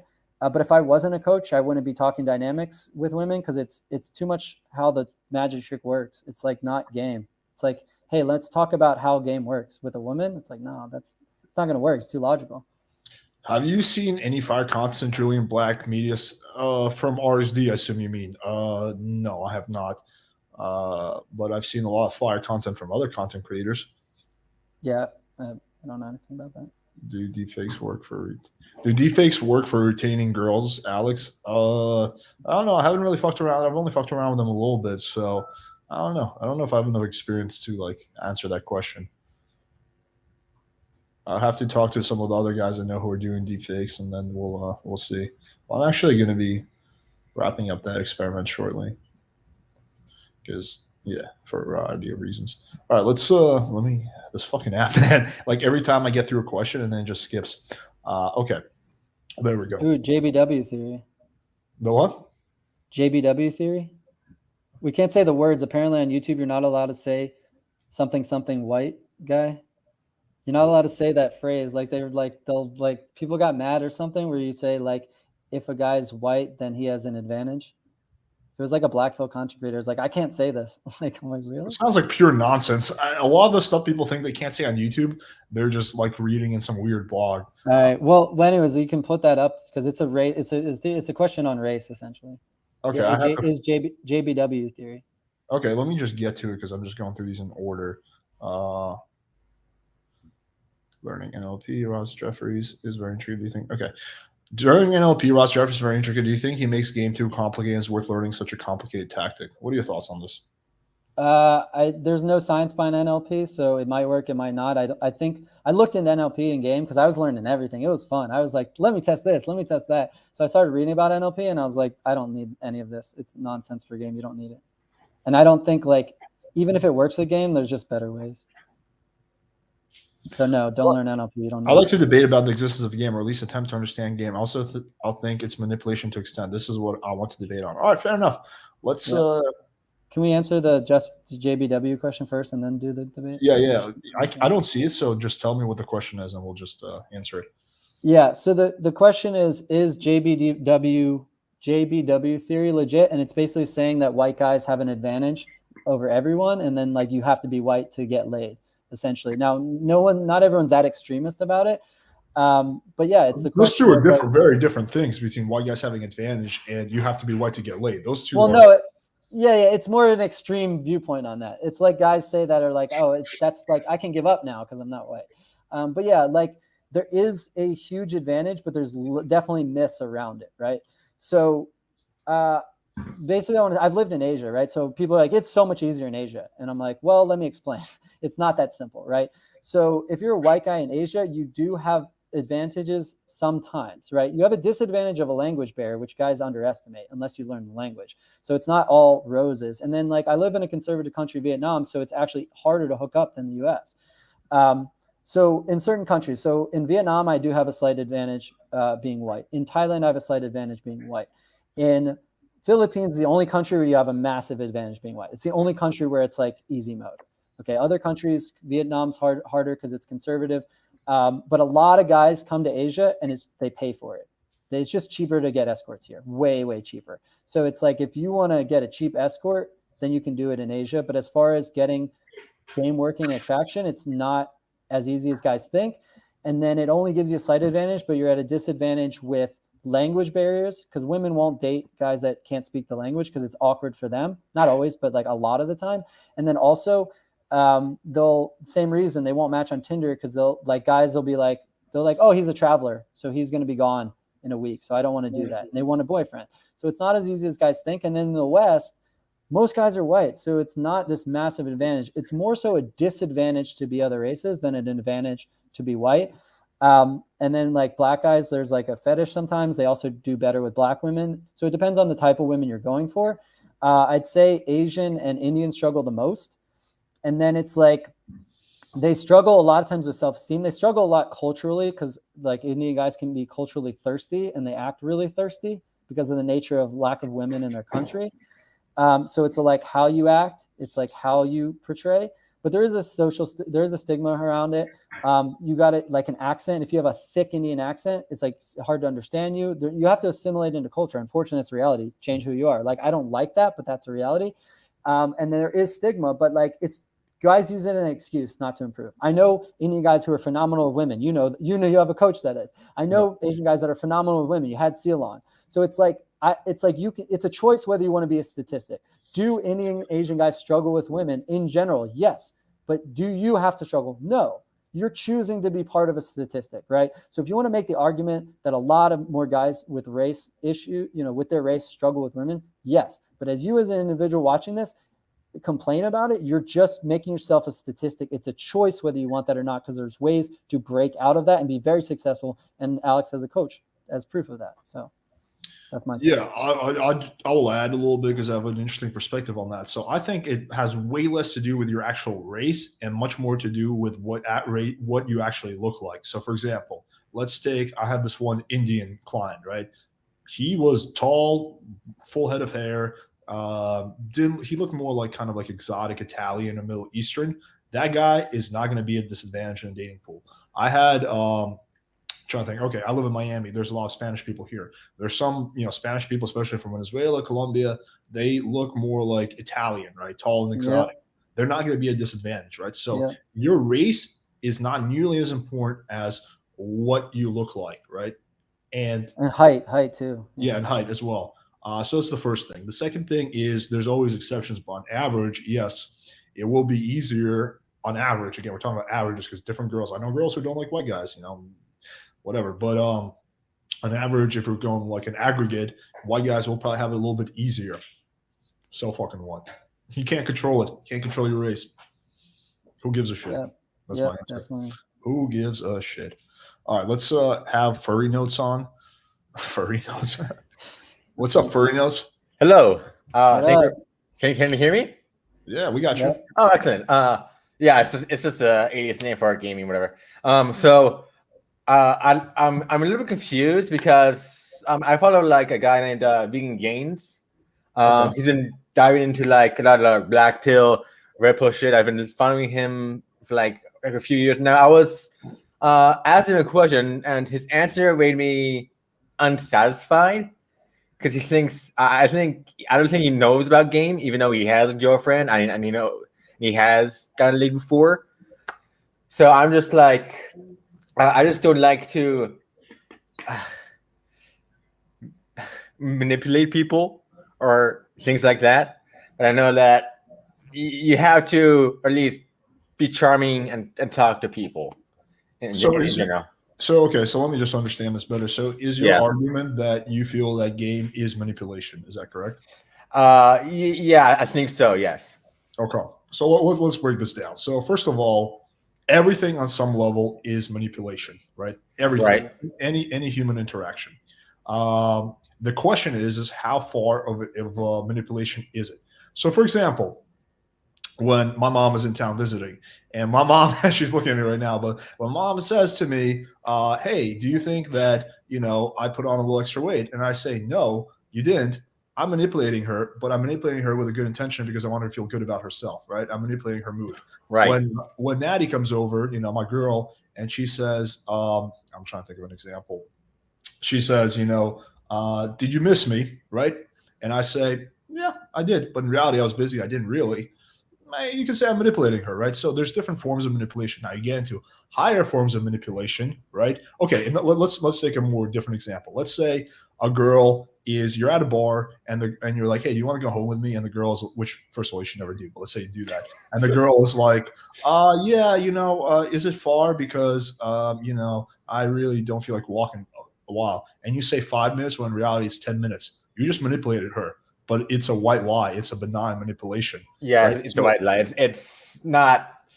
It doesn't have huge consequences to it. So, for example, when the girl tells you, "Hey, tell me about yourself," and let's say you spent half a year in jail, and you don't tell her that, you choose to leave that out. You sort of manipulate her a little bit, but it's a benign manipulation. You'll probably tell her later, right? Or maybe you won't. Mm-hmm. Again, so everything is manipulation. It's just the question is, at what point do you draw the line? Now, I agree with you that some people they don't have a line, so they'll just go to like a crazy level. But we all have to draw the line somewhere. But to think that, okay, I'm going to be this pure human being, which is not going to manipulate anyone, well, then you're not even really living in the world, because again, everything is manipulation to some extent. I completely disagree. Oh, interesting. Okay. Completely disagree.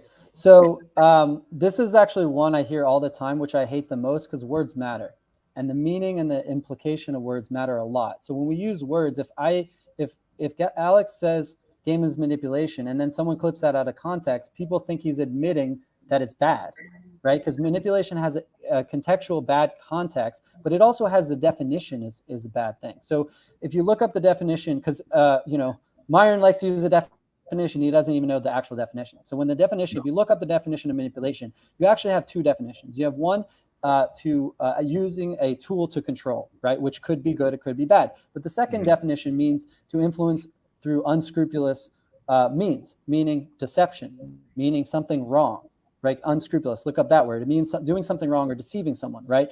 So you do not have to use any kind of deception in game, right? So the definition, by definition, game is not manipulation, right? Look up the word persuasion. Persuasion is the proper word, because you're trying to convince someone to do something for your own means or their means as well, right? It can be a mutual exchange.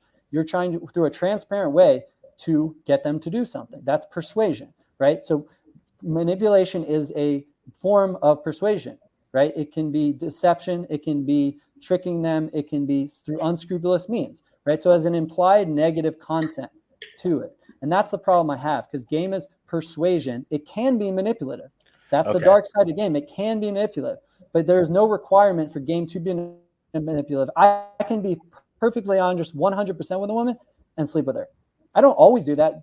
Alex mentioned some white lies that get you by. Nothing wrong with white lies that have no consequence. I can get into it another time. Sometimes I tell white lies. Everyone does. But they're white lies. Like, they don't really matter. Like, I have a dog when I don't have a dog or whatever. Like, or it's like my roommate's dog and not my dog. And I say I have a dog, right? That's a white lie. That doesn't matter.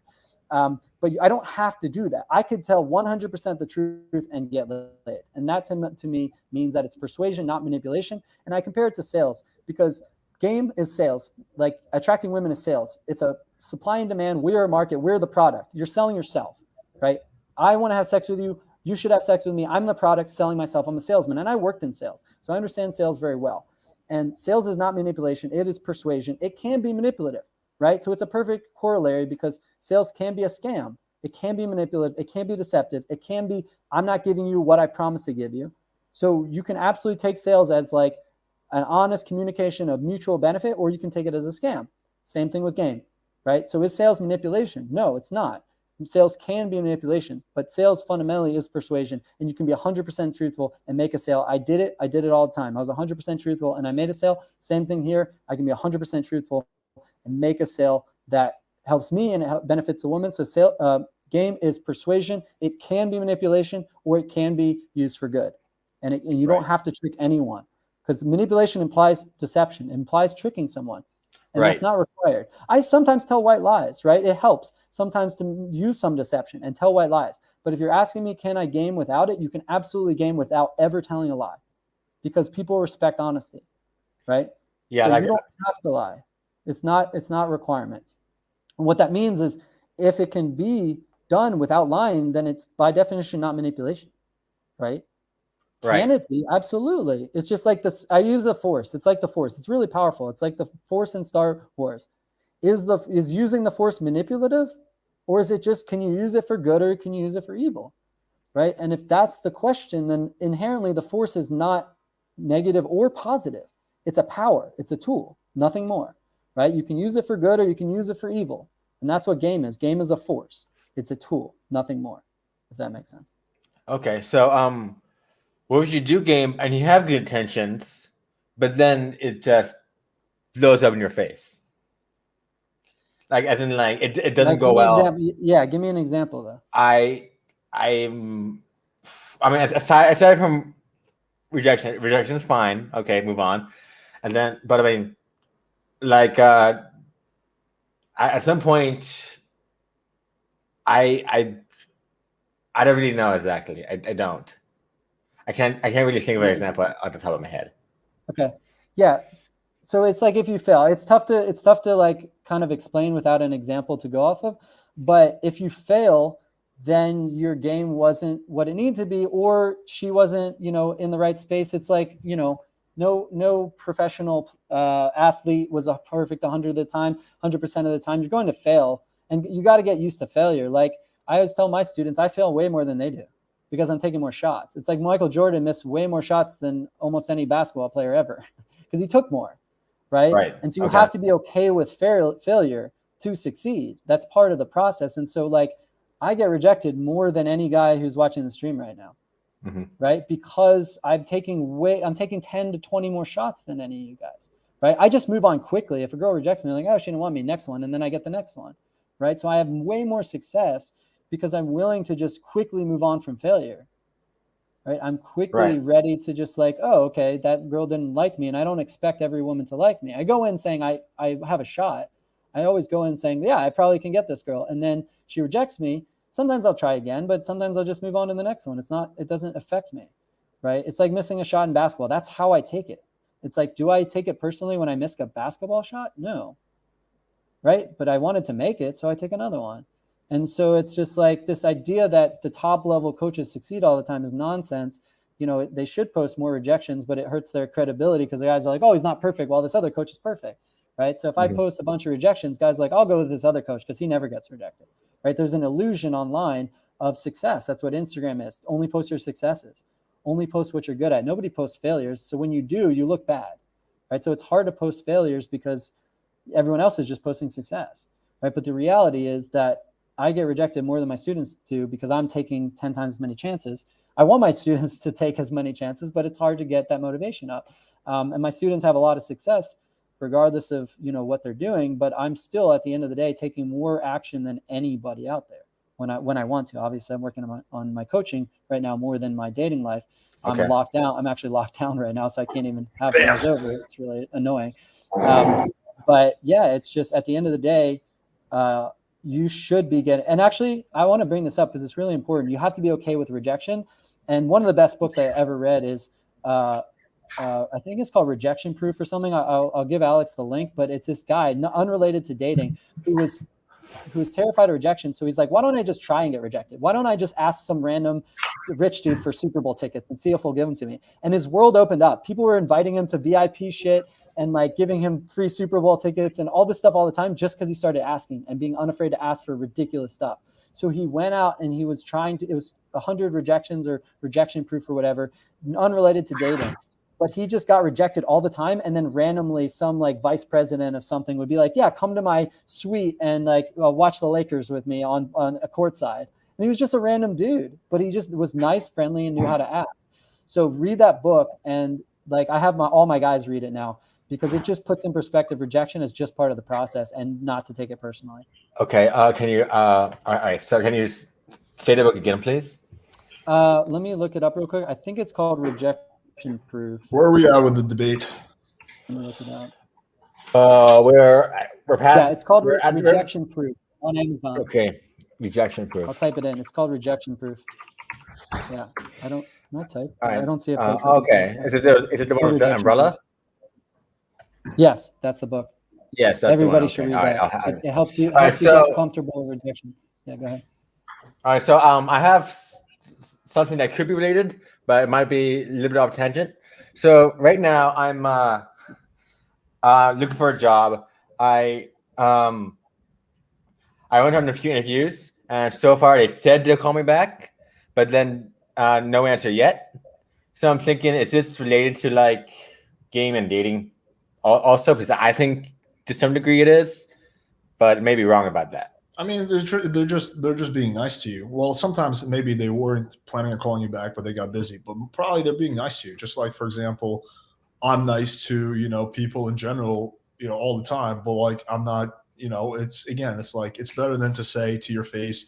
Very few people have the courage to just be straight up, like, hey, listen, you weren't a good fit for this job because you kind of sucked and you kind of went in here, blah blah blah, did this, so we're not going to hire you. Right. You just say we'll give you a call back, right? Most people take the path of least resistance, so that's just like human nature. Is it related to game? I don't know if it really is. I mean, again, like there's some politeness that goes in game for sure. Like when a girl, instead of telling you that I don't know that she's not going to go out with you because you creeped her out, she says, "Oh yeah, I'm just busy." Yeah, I can see the parallel to that. Um, I mean, I'm personally a big believer in like honest communication, so I just always say straight up.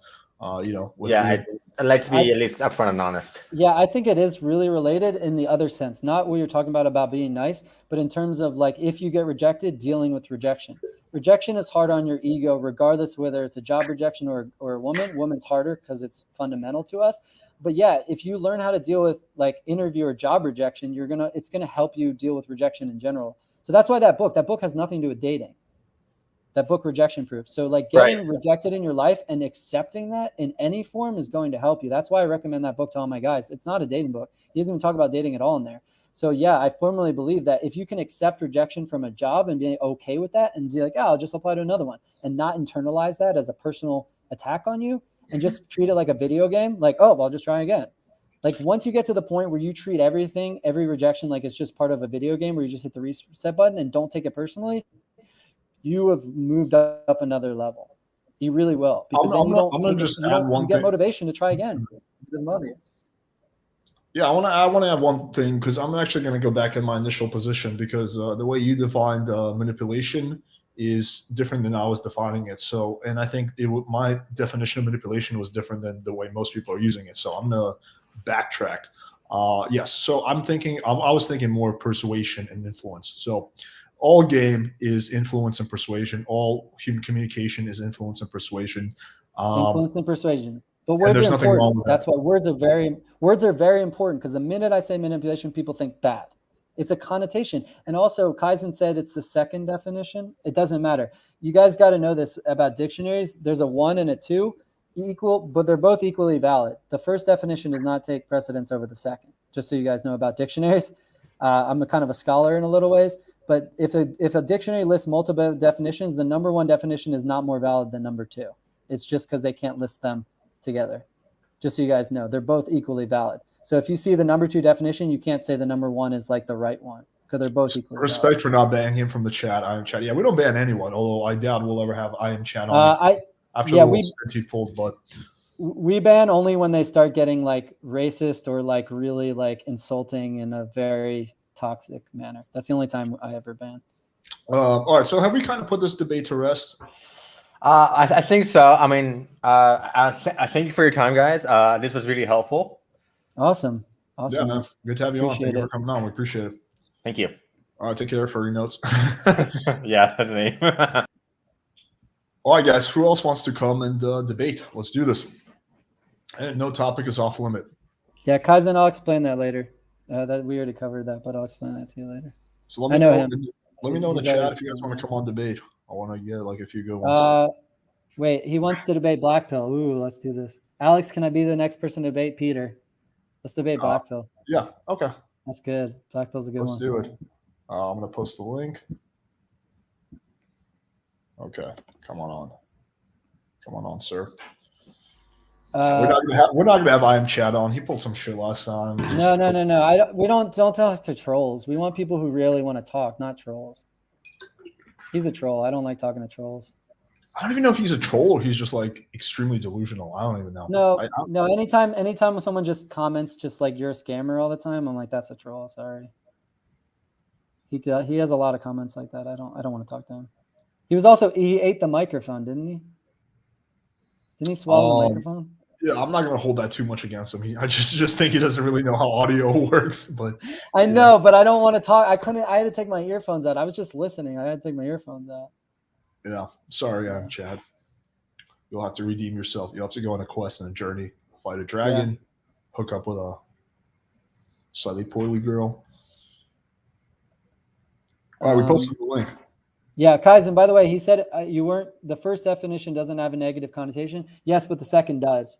So Kaizen, there's an implication that manipulation is bad, especially from the second definition. So I want to remove that word. I do not want a negative word associated with game at all. I'm pushing back very hard on that. I don't think someone hang on a second. Someone named Angry joined the thing. Angry, is that the same thing as Peter? I want to know before I have you on. So let me know in the chat. Alex, I'll fight a dragon with you. Jordan Peterson by my side. All right, we gotta get Jordan Peterson involved. Yeah, while we're waiting, I'll answer this doctor one. He says doctors have a medical license. No, they don't. When they're unlicensed, when you're only you get a license. Sorry, I should say this. You get a temporary license when you get hired by for your internship in a hospital. You're only allowed to work in a hospital. So that is false. Like, I don't currently have a license, but the minute I get a job in a hospital, they give me a hospital license to practice medicine inside that hospital. So yes, as soon as, if I were to right now call up a hospital, now I have to like do retraining and stuff because I'm out of it, but they'd be like, yes, do it like a year, like refresh your medical knowledge.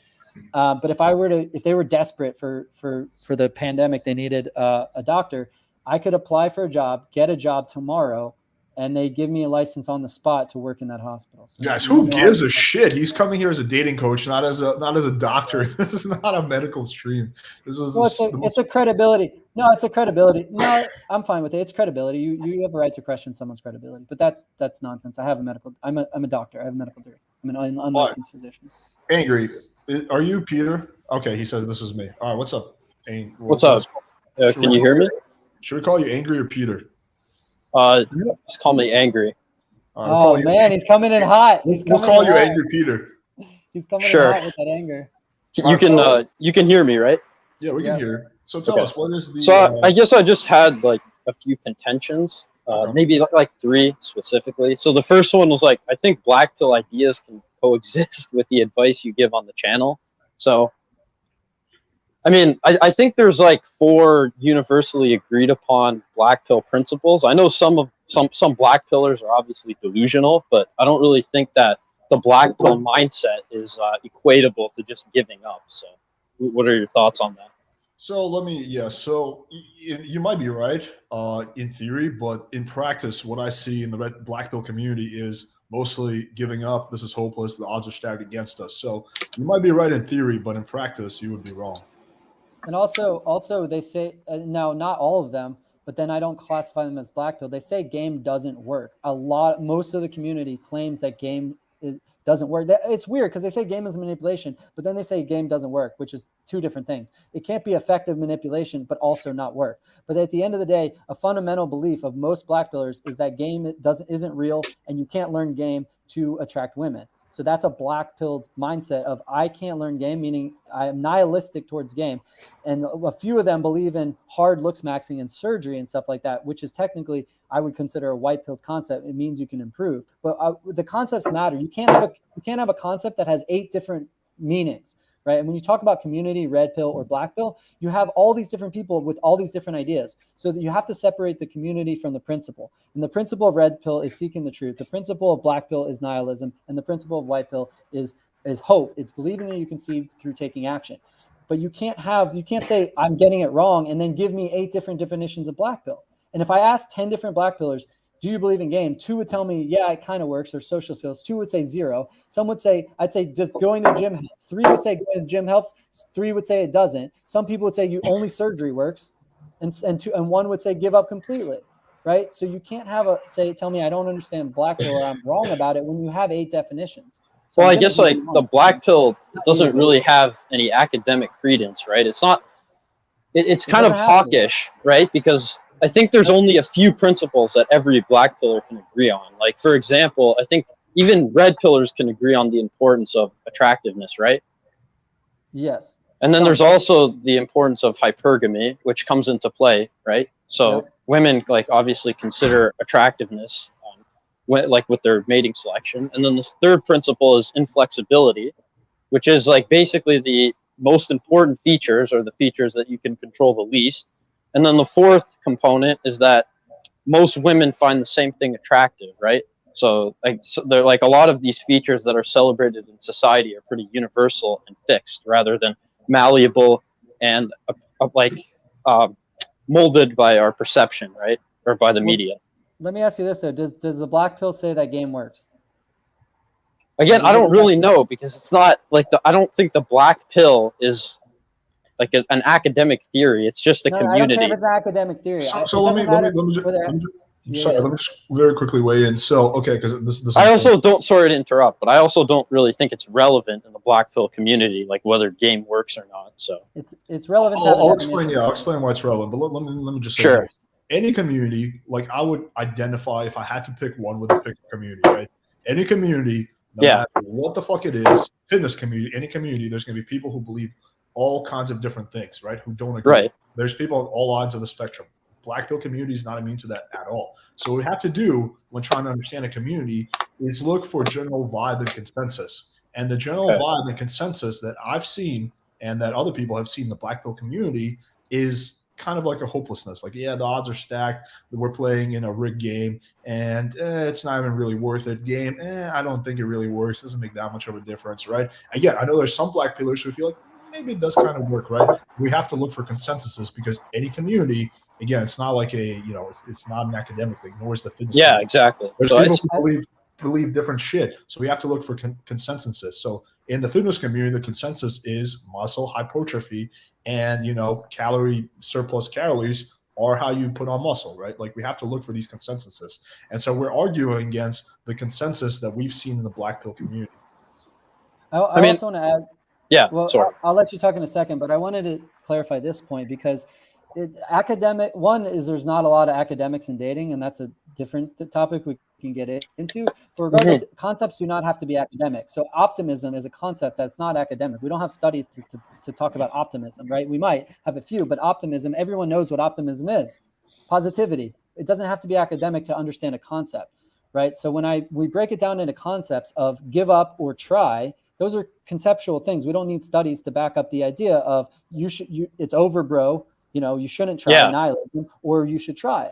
And so we want to define concepts that way, and that's why we've labeled them with pills, right? Okay. Red pill stands for the truth. That's from the movie. It's like, I'm only offering you the truth. That's the red pill. So if we define that as hypergamy, whatever, we can debate what the reality is too. We don't know exactly. We're still learning about it. We learned that the earth revolves around the sun, at some point in our development. We're always learning more about the truth. So we can always debate what's real and what's not. Do aliens exist? We're still debating what the truth is, right? So that's the red pill, is how do we determine what's real?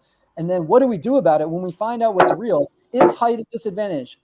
Yes, we know that's real, but should you give up or you should try? Those are two different. And how much of a disadvantage is it really? That's the debate. But that's the red pill. We're debating how big a disadvantage is, and then we're deciding what to do about it, the prescriptions of what to do. The medicine, should you give up and go on and MGTOW and go on with your life and work on your business or work on your career, or should you try despite those odds, right? And that's the white pill, is try despite the odds. And the black pill, I'm sorry, but a lot of it, most of it, 80% of it is, sorry, game doesn't work. You either need to give up or you need to get surgery. All right, it's hard to argue against that. Okay, so I just think obviously everyone should shape their worldview individually, but if you had to choose one, I just think that the black pill is the most accurate of all of them, and at least descriptively, right? I think the black pill is the most correct, because even if game is important, I mean, height obviously supersedes the importance of game, right? So if you want to have a black pill descriptive mindset, and then I guess from that, you can still have a white pill point of view. Even if that sounds totally moronic, you can be optimistic in spite of knowing that, your looks are going to influence a lot of your dating success. So let me add a few things on that. So first of all, what you're talking about is picking and choosing beliefs that you like the most. Yes, That's good. That's what you should be doing as a man. You should not be ideologically stuck to a community. You should be picking and choosing what sounds the best. So that's good. I'm in favor of that. Second of all, You mentioned height is, obviously important, but game could also be important. Yes. That sounds more not like black pill. That sounds more like pickup and red pill, because I've acknowledged multiple times that height is important, very much important. But so, if anything, based on what you just said, you would be closer aligned with the values of the pickup community or the red or the white pill community than you would with the black pill community. Well, I think that like the inflexible traits are more important. So like in terms of the 80-20 rule, I think that 80% of our success in dating is determined by the stuff we can't control, and 20% of the stuff is controlled by, or sorry, a product of the stuff we can control, like games. So even if they're both important, for example, or even if they both are factors in the equation, I think height is significantly more important, right? Okay, so let me just kind of ask you a but question. Yeah, sure. So I've been my height since I was 15, 16. I hit puberty, around the average time. I've pretty much always looked the same. I have a little bit more muscle now, but other than that, it's more or less the same. Why is it that I didn't consistently start sleeping with girls until I was 23, 24? Why didn't I lose my virginity until I was 19? What changed during that time? Because my looks didn't change, yet my, success with women went 10x, 100x. So what changed during that time? By the way, Alex, what's your height, guys? We should get all our heights out while we discuss this. I'm 5'11". I'm 5'8". Angry, how tall are you? Angry, how tall are you? Oh, sorry, dude. I'm 5'9.5". Okay. Cool. Well, let's go back to what I was saying. So, what's your opinion on if you say that, looks are 80% and game is 20%, right? Then in theory, even if I maxed out my game, then my results should have only increased by 20%, but yet they increased 10x, 20x, 50x, right? Like, so how would you account for that? Okay, so I guess if we analyze outliers such as yourself, like game is going to play a bigger role. But just for the average person, and I'm not sure whether you actually think that like most men can reach your level of game. Do you believe that? Oh, absolutely. I don't think I've done anything special. I mean, it's going to take time. It's not going to happen overnight. But I absolutely do think that. Because I don't want to shit on John Anthony or whatever, but he constantly compares like game to chess. But then it's like most grandmasters or world-class chess players have to start when they're 5 years old, right? Or at least like in their early years, right? Or the single-digit age group. And then they also have like genius level IQs. So if that's the case, chess obviously requires more skill than game, but then he compares it like pretty disingenuously. So is game like a super difficult, like rigorous pursuit, or is it something anyone can do? Like, Coach Whitepill's dying to get a word in, so I'll let him. Well, I want to chime in because we're moving on to game from height. By the way, Alex, you got to ban someone from your chat. There's a spam. There's a lot of spam that just came in. Okay. Just as we said, don't ban. You have spam. Yeah. Anyways, we're not going to allow racism. I want to challenge you on 2 points. One is that you called Alex an outlier. How do you know that you're not an outlier? Let me start there. Just looking at this, the statistics, I guess, reveal that most men my age, I'm 19, so I think most men my age have slept with 2 women. So I guess Alex is more of an outlier than I am on the distribution curve if I've slept with 0, right? Okay, so then the second point, because I'm going to get into my height issues first, because that's what I came up with. That's why I understand the struggle. I was 4'11" when I started high school. I was 5'2", so. Yeah, I was 5'2" throughout high school. So okay. I understand the height issue really fundamentally. And I'm also, sorry to interrupt, but I'm not super ugly or anything. I just have like I'm trying to like autism, but not only autism. I'm also I have a deficit of like oxytocin and stuff. So I'm not really emotional. Yeah, we can get into that. That's a whole different story. But basically, I understand the difficulty of height. I think height is number one as far as the looks issue goes. Me too. Standard deviations from height. I think average guys are fine. I think there's a benefit for 6 foot, and I think below average matters a lot. So I think height is actually the number one issue as far as I think so too. Yeah. Go. I'll get into that, in depth in a minute. But another thing I want to talk about is this idea of macro versus individuals, right? So on a macro scale, we use data and statistics to show what the general market is, but there's no requirement that you can't become an outlier. So it's like you talk about Alex being an outlier as if like he's some magical wizard. Okay. Yes. Being an outlier can be a choice, right? You can choose to be an outlier. So it's like when we say game was really effective, I disagree, we're but not going against the black. Well, hold on, I'll explain why. Well, of course you disagree because you don't practice it, you don't try it, you haven't done the work to you haven't worked with Alex. Let's say you worked with Alex, you don't know that it doesn't work until you've trained with Alex, right? So my point is this: when you put yourself in the category of statistics, it's a choice that you're making to be part of the statistics. So I'm not arguing that most Indian guys struggle in dating. That I'm not going against data. I'm talking to one Indian guy, and I'm saying you're choosing to be a part of the statistics, right? That's a choice because game works. So you can't prove that game doesn't work for the individual. So it's a misattribution of the data. You're applying macro data to the individual, which is a fundamental statistical error, right? You cannot. There's studies that show that if you take individual outcomes, you can show how the macro data misrepresents the individual outcome. And I think this is one perfect example of the fact that you say that game doesn't work because you're a statistic right now. Whereas if you hired Alex, you could become an outlier. And that's what I do. That's what Alex does. We train outliers. That's exactly what we do, right? So it's a choice to be an outlier because you have two guys right now on this call who I promise you, both of us can make you into an outlier. Right? Autism is a different thing that I can get into why it's tough to become an outlier. Let me just add in one point. I think you made a good point, and I think that I would equate this to business. Like if you look at the average median income in the U.S., it's probably like $40,000, right? Okay, so does that mean that you can't make 100,000, 150,000, a million? Exactly. No, you can. The game is exactly the same, and you don't have to be. What you're talking about, the grandmaster, you're talking about the Warren Buffett, the guys who have $50 billion. No one's saying you have to do that. You don't have to be super fucking intense MPUA to be a successful dating life. Right, dude, if I want to, I can go out 5-6 nights a week. I can keep growing. Like my development is not like at its potential, not even close. I can keep going and going and going. But I'm just that. So Sorry, man. You don't need to get to MPUA level. You just need to get to a point where you're happy with the results you're getting. Same thing with money. Like I can, that's what I'm focused on right now, but mainly growth. But at a certain point, I'll be like, okay, I'm pretty happy where I'm at with growth. I'm gonna focus on other shit. Alex, I think you need a mod. There's another. The guy's back with another Dude, account. What the fuck? Oh my god.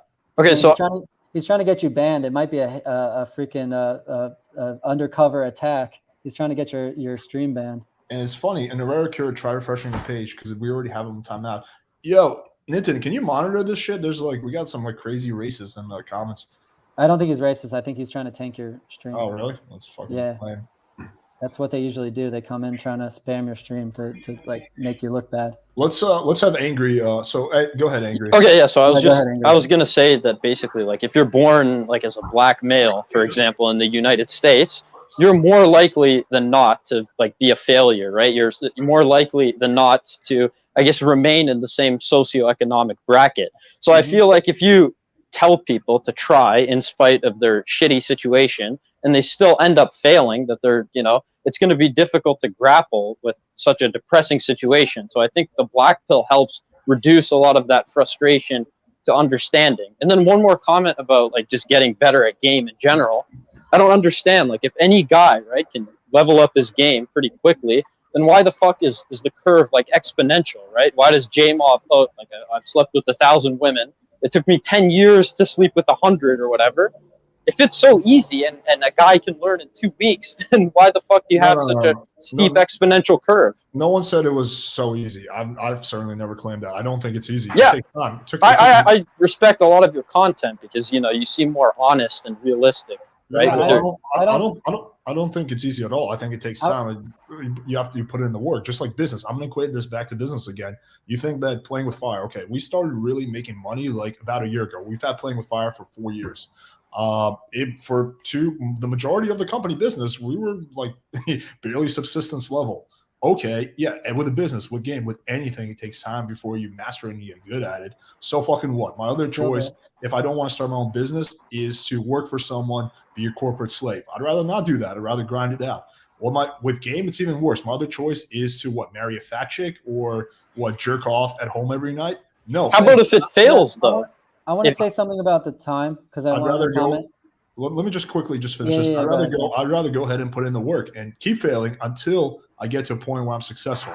I truly believe that anyone, pretty much anyone, unless you're like grossly deformed or whatever, pretty much anyone, 98% of guys, if they're willing to put in the work and repeatedly, and I acknowledge the fact that some of them are starting way lower than others, but anyone, if they're willing to put in the necessary work, and that work can be a lot, can get to a point where they have a decent dating life. And I'm a true believer in that. It's not going to be easy. It's not going to happen overnight, especially if you are that exception. If you're that guy who's on the shorter side, you're a guy who's a minority. But so fucking what? Your other option is literally sitting around and, again, marrying a fat chick or jerking off to porn.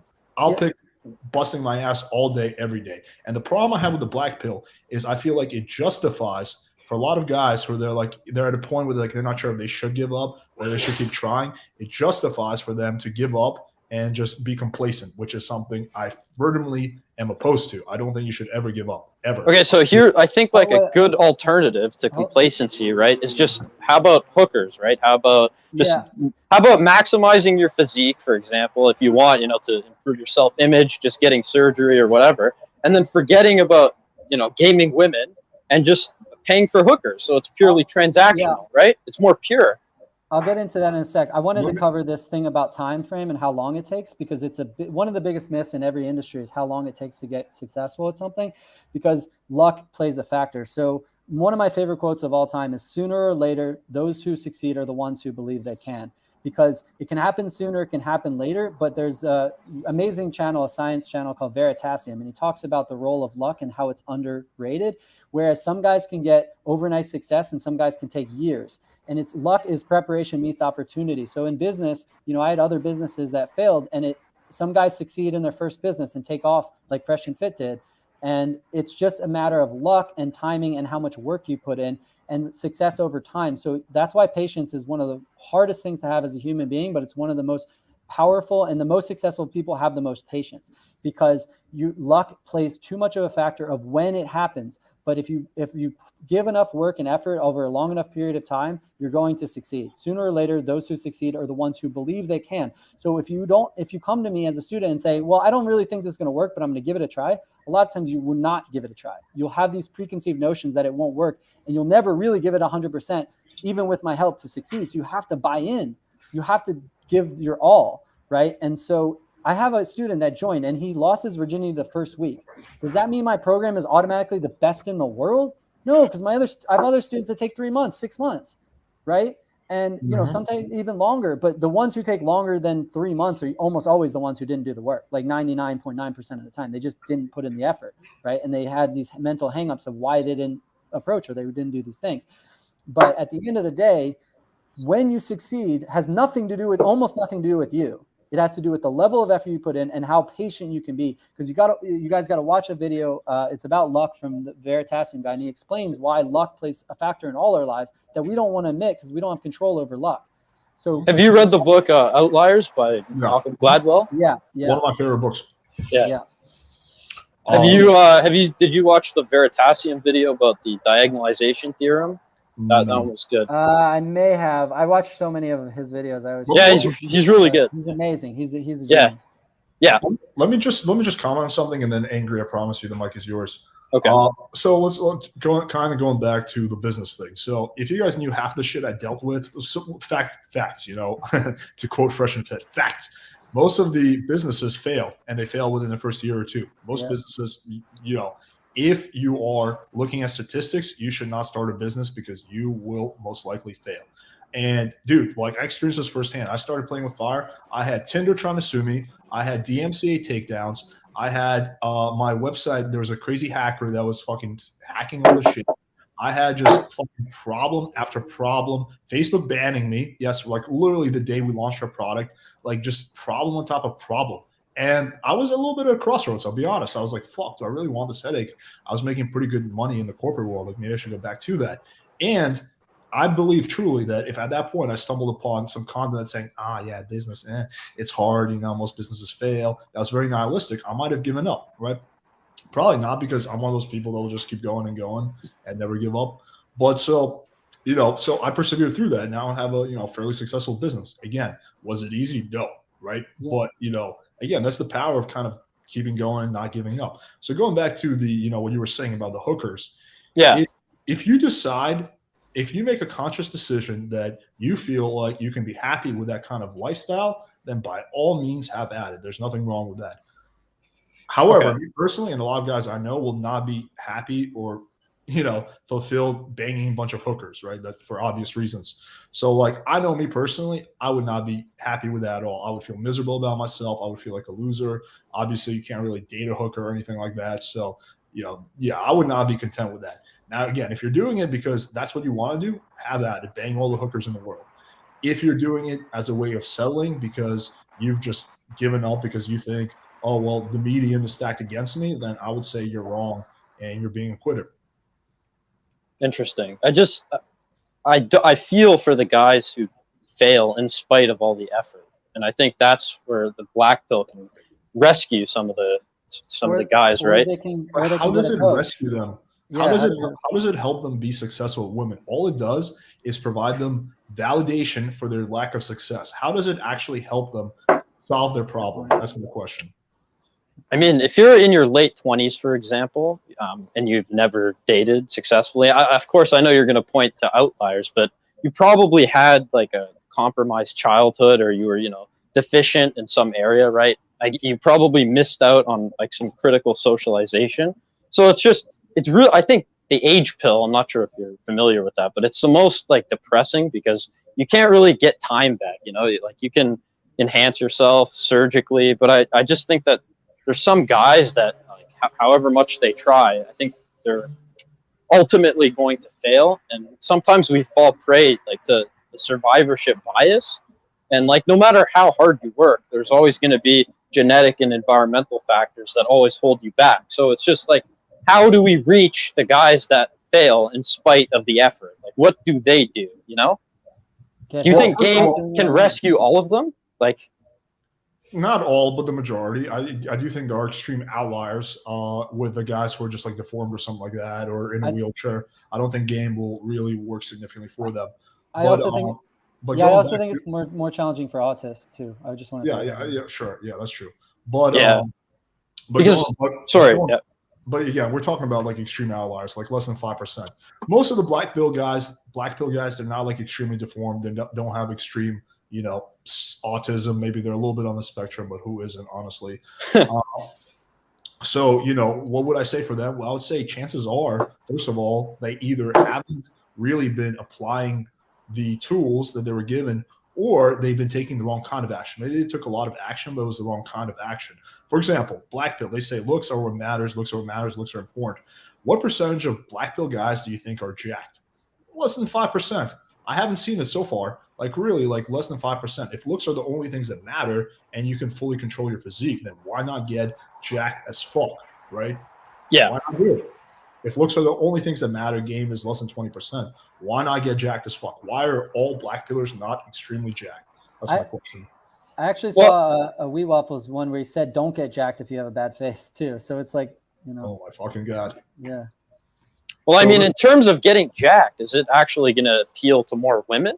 Like, it might improve your chance with a niche number of women, right? Hold on. You say it's not nihilism, but you're arguing against going to the gym. That's just no. I'm not arguing against going to the gym. I'm arguing for maximizing your chances with women. Yeah, I just think having a moderate physique is going to like increase your chances with the greatest amount of women. All right, fair enough. By moderate, I just mean athletic. No. But I'm saying, like, I don't know if getting jacked is that necessary. Is it like, again, I don't want to defer to the statistics, but height is a significantly more important factor than right. But you have zero control of your height. You can't control your height. It is what it is. You have no control over it. Okay, so you can't manipulate it. Believe me, dude. If you could control your height, I would be talking about more than fitness. But you can't control your body. You can't control your height. And I agree with height. Given, and yeah, we're agreeing with you that height is probably more important than your physique, unless you're like a super fat ass or whatever. Yeah. But you can't control it, so it is what it is. You're born with it. Now, let's say that getting jacked, and again, I want to clarify. When I say getting jacked, I don't mean like bodybuilder jacked. I just I know. But is it going to help you like get over the top if you're deficient in the other categories, or is it just sort of like a small enhancement? But let's say it helps you. For shits and giggles, say it helps you 25%. Why would you not do it? Fuck. What is that in the background? It's just fucking my apartment going crazy. I think they're missing me because I'm gonna be moving out soon, so they're like trying to cock block me. No, we want this guy. We miss his YouTube videos. Okay. So let's say. So yeah, if it helps you 25%, I mean, yeah, there's like really no argument against getting jacked if that's your thing, right? But Yeah. So if that's your biggest like contention with black pillars, like it's not. It's one of them. okay. Yeah. It's not. It's. And again, I have a bunch of contentions too because I think a lot of them are pretty delusional, you know. But again, it's my problem with the black pill. Well, there's many problems. One is the lack of action taking. Is just like sitting around, and honestly, I see a lot of victim mindset in the black pill community. Like I'm a victim because I was this, and that. How is that going to help you? And I just look at it. And I just don't see the black pill guys doing anything but helping these guys cope. That's the only thing they're doing. And I just think coping is the opposite of being successful.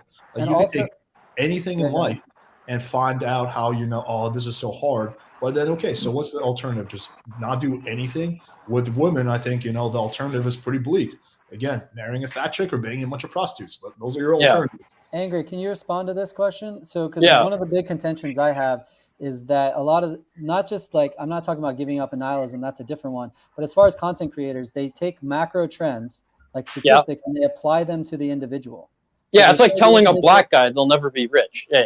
Exactly. So do you see why I take issue with that? And what do you think about my taking issue with that? This is a good point as well by Kevin Ray Wilder. I just want to quickly shut this down.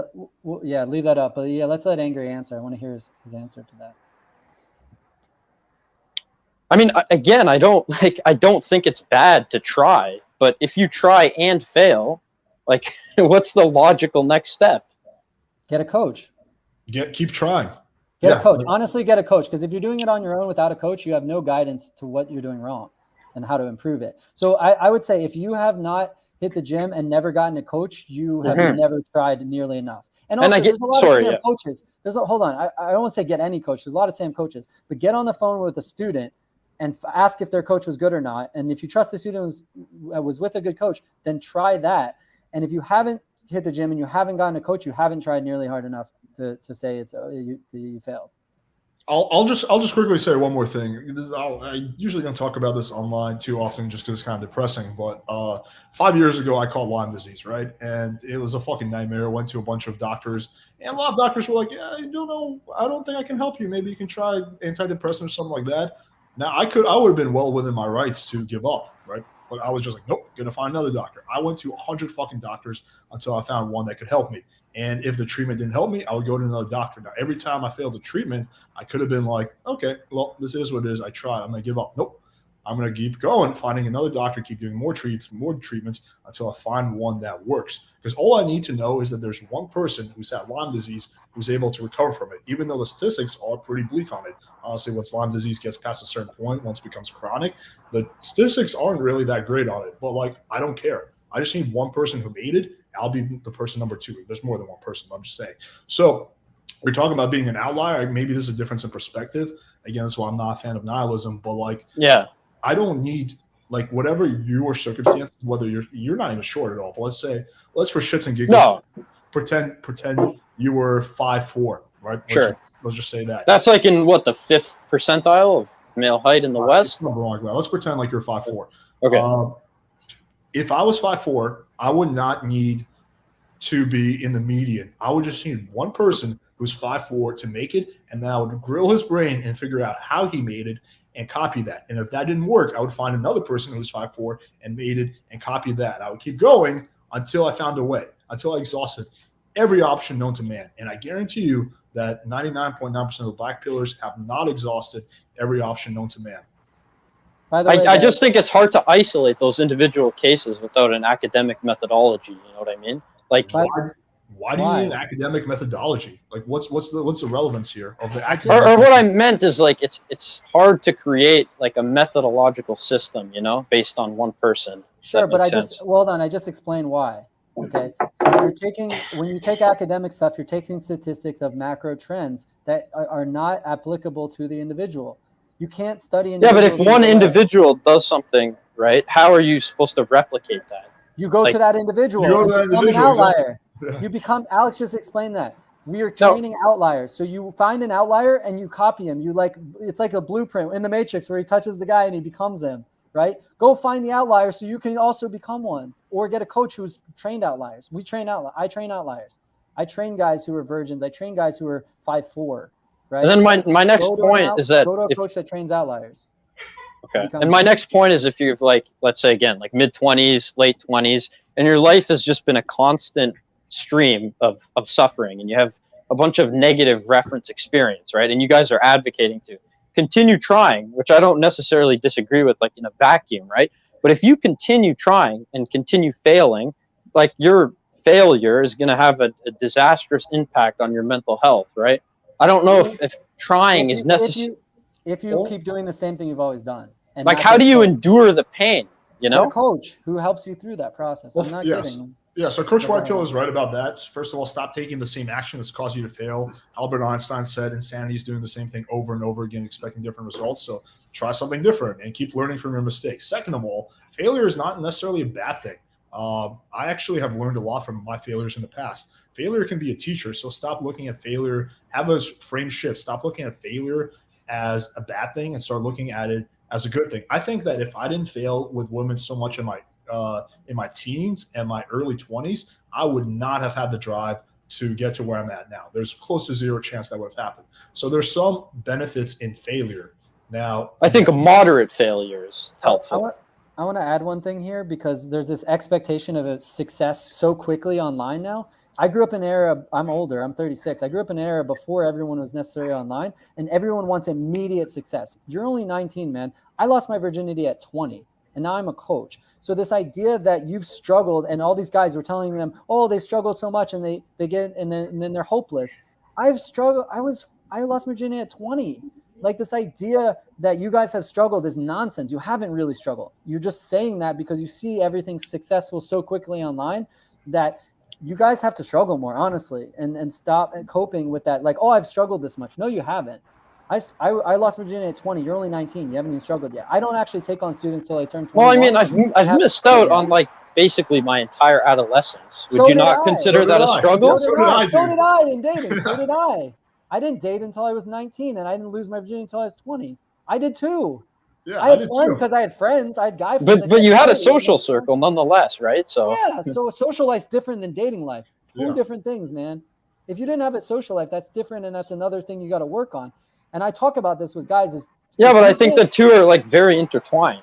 Sure, but if you can't have a social life, you need to start there before dating life. If you can't make guy friends and get friends in general, if you can't make friends with women, you're gonna have trouble attracting them. A lot of trouble, right? You're gonna have less opportunities. Yeah, exactly. But one of the biggest issues guys think is like, I need a dating life. I'm like, no, you need a social life. If you can't get a social life, which is way easier than getting a dating life, talk to any guy who's friend zoned. It's way easier to get friends than it is to get attracting women, especially guy friends, right? Okay, every guy knows that. And the best way to get guy friends is by going to the gym, because it's a pretty mainstream hobby. Is that anywhere solution? Whatever you're passionate about, yeah. Whatever you're passionate about. And guys will be friends with you for anything that you guys share in common. They don't care. Just be nice to the guys. Let me pose a question to Angry. Do you feel like you are physically incapable of developing a social circle? Not if I fake it, I guess. What do you mean if you fake it? Well, again, I don't really have like a sense of identity or a personality, really. I just consider myself a blank slate. So, I mean, I think I could copy like socially acceptable behavior. What if you're just yourself? I don't know what I am. Well, you are. I think he's like 19. You are right now like who you are. Like you have your. You have interests, you have things you like, you have things you don't like, you have values, you have ethics. You probably haven't fully come into your personality yet because you're young, and but whatever reason, but you are a human being with your own identity. The identity may not be fully formed yet, and that's fine, but you are a human being who some people will resonate with and some people won't. So I don't think you really need to fake behavior to get friends. That's a mistake I made when I was a teenager and it didn't really work well. It was only when I started accepting who I am truly as a person and then trying to better myself, that's when I started, really developing friendships. That's the first thing. Maybe, but I think young teens have less humility, so I don't know. Yes, dude. Well, again, this is like Well, what about this? What about that? Yes, dude. We are acknowledging that your situation is difficult. But is your other option okay? Your two options: one, try and make it work; two, never have friends again. Which I one think sounds? it's more nuanced, but Well, I want to bring something up because I think there's something missing in this whole discussion right here, and it's autism, right? Because I've come from a medical background, and I think we say everyone's autistic. That's not true.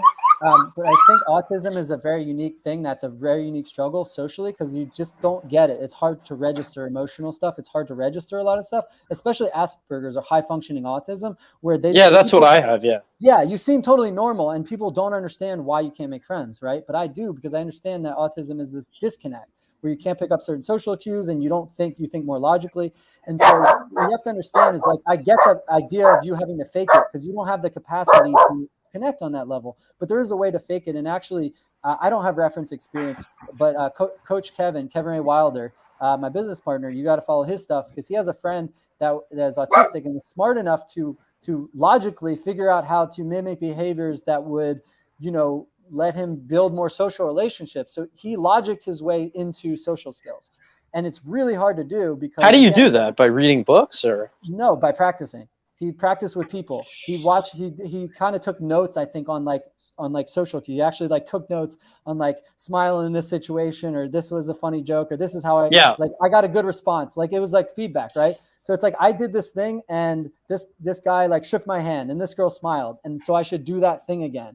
And he logicked his way through it. I don't know exactly. That's why you need to ask Coach Kevin, because Coach Kevin had the friend that did this, so he knows the process he went through. But sounds fun, honestly. Yeah. So talk to Coach Kevin Ray Wilder, because he has this refereeing experience. But you kind of have to logic your way through that. And then one other thing I will say about autism is specifically if you have a deficiency in general, the more upfront you are, the more people have to passively accept it. So let's say that I wouldn't say I'm autistic and I'm weird and I don't get things. Like you don't want to down yourself too much, but I would like kind of reference that like that you don't pick up social cues. Sometimes you're like, I got something a little off. Sometimes I don't pick up social cues. If I'm like saying something weird or being offensive, just tell me, because then you'll get the feedback and then people have already accepted you, right? So if you're being weird or let's say you offend someone, you don't realize it. They're not going to tell you, right? They're just going to like not talk to you anymore. They're going to be polite and not say anything.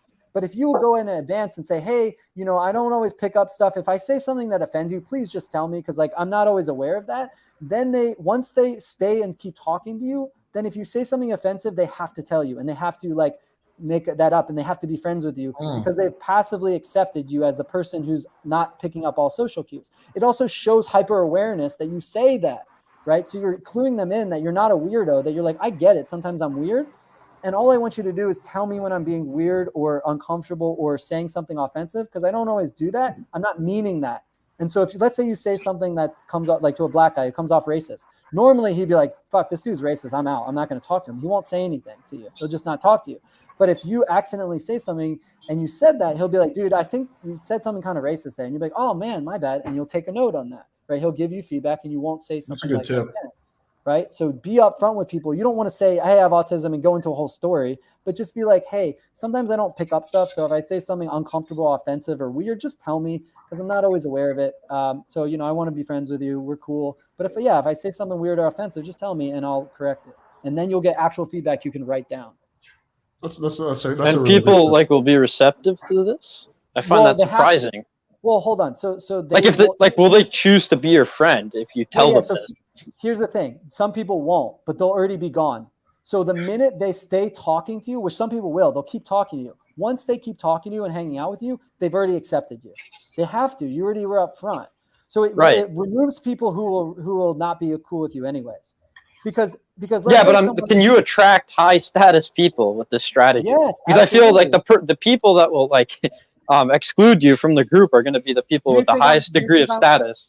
No. Do you think I'm, because you're especially like in a college setting, right? Well, let me ask you this. Do you think I'd be friends with you? Would I be more likely to be friends with you? Do you think I'm high status in social setting? Oh, if you're a doctor, yeah. Yeah, okay. So I'm high status, right? And I'd be friends with you because I'm a coach, but would I actually be friends with you?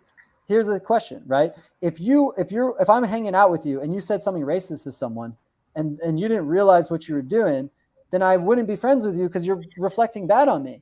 But if you said that to me, you're self-aware that you might say something racist, then I'm going to give you a chance to act in accord.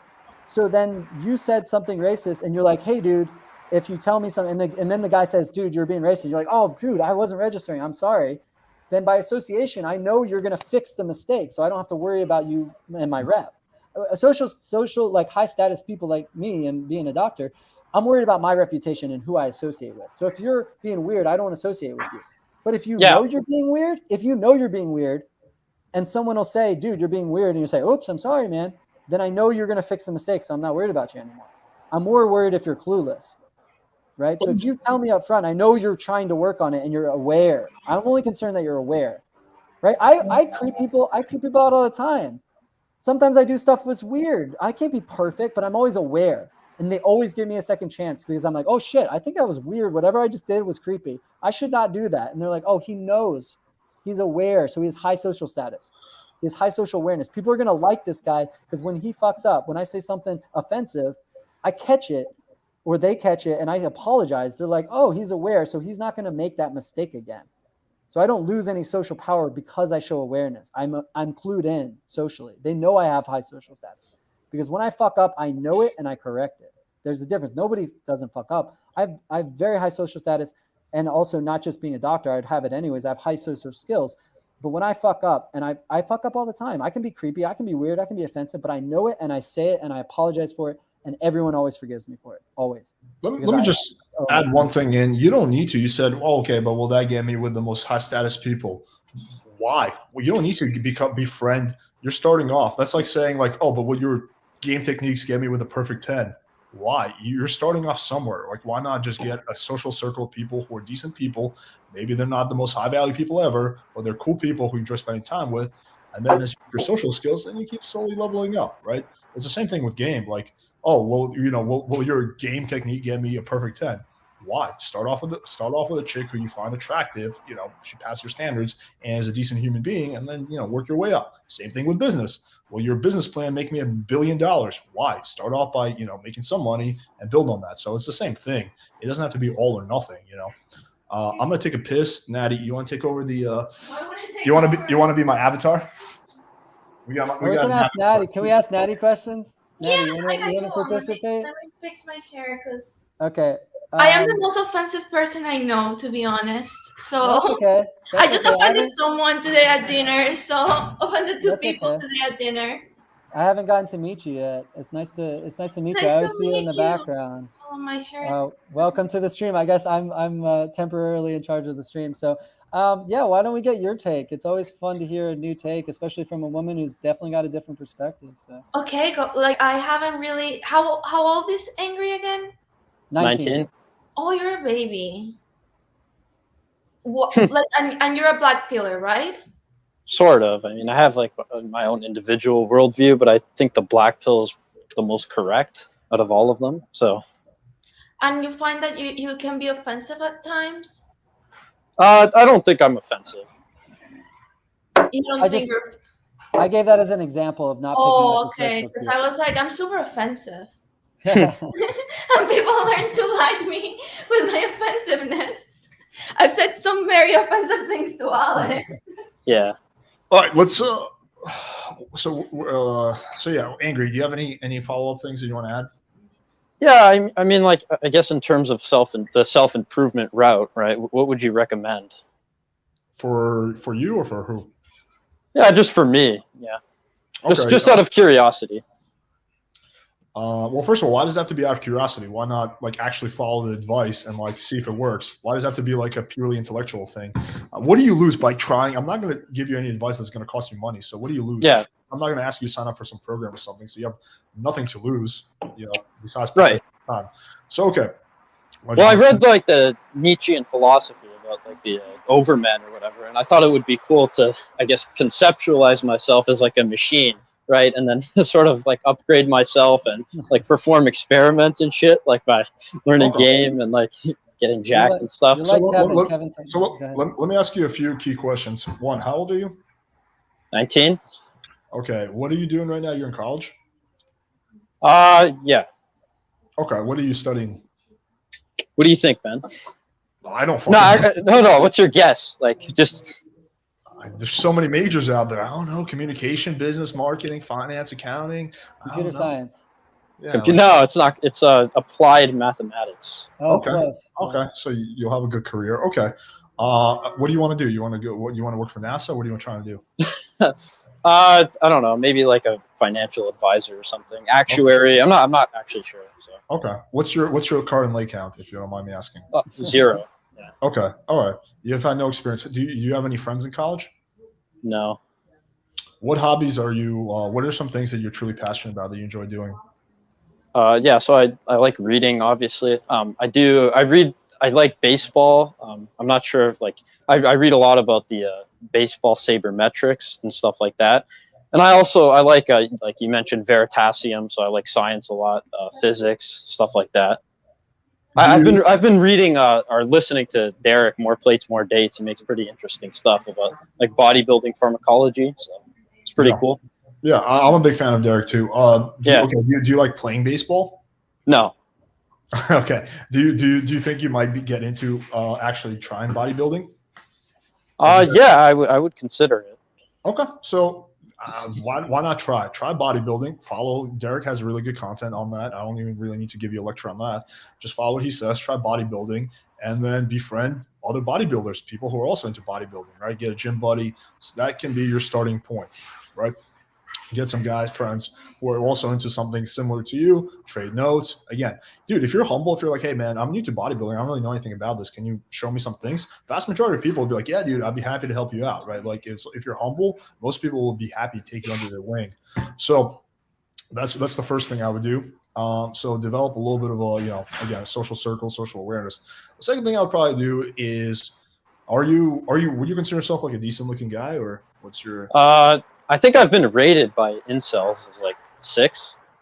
Okay, well, that's pretty good actually. If incels call you a 6, yeah, I don't know like how I would send you a picture or anything, but I don't think I'm bad looking. So okay, that's good. Maximize looks as much as possible. Part of that's going to be gym. Get your fashion on point. Dress as well as possible. Get your facial hair on point. You can see my beard is very nice and lined up. Line that shit up. Get a nice fade or whatever looks best for your head. Really maximize your the soft looks maxing stuff in addition to the gym.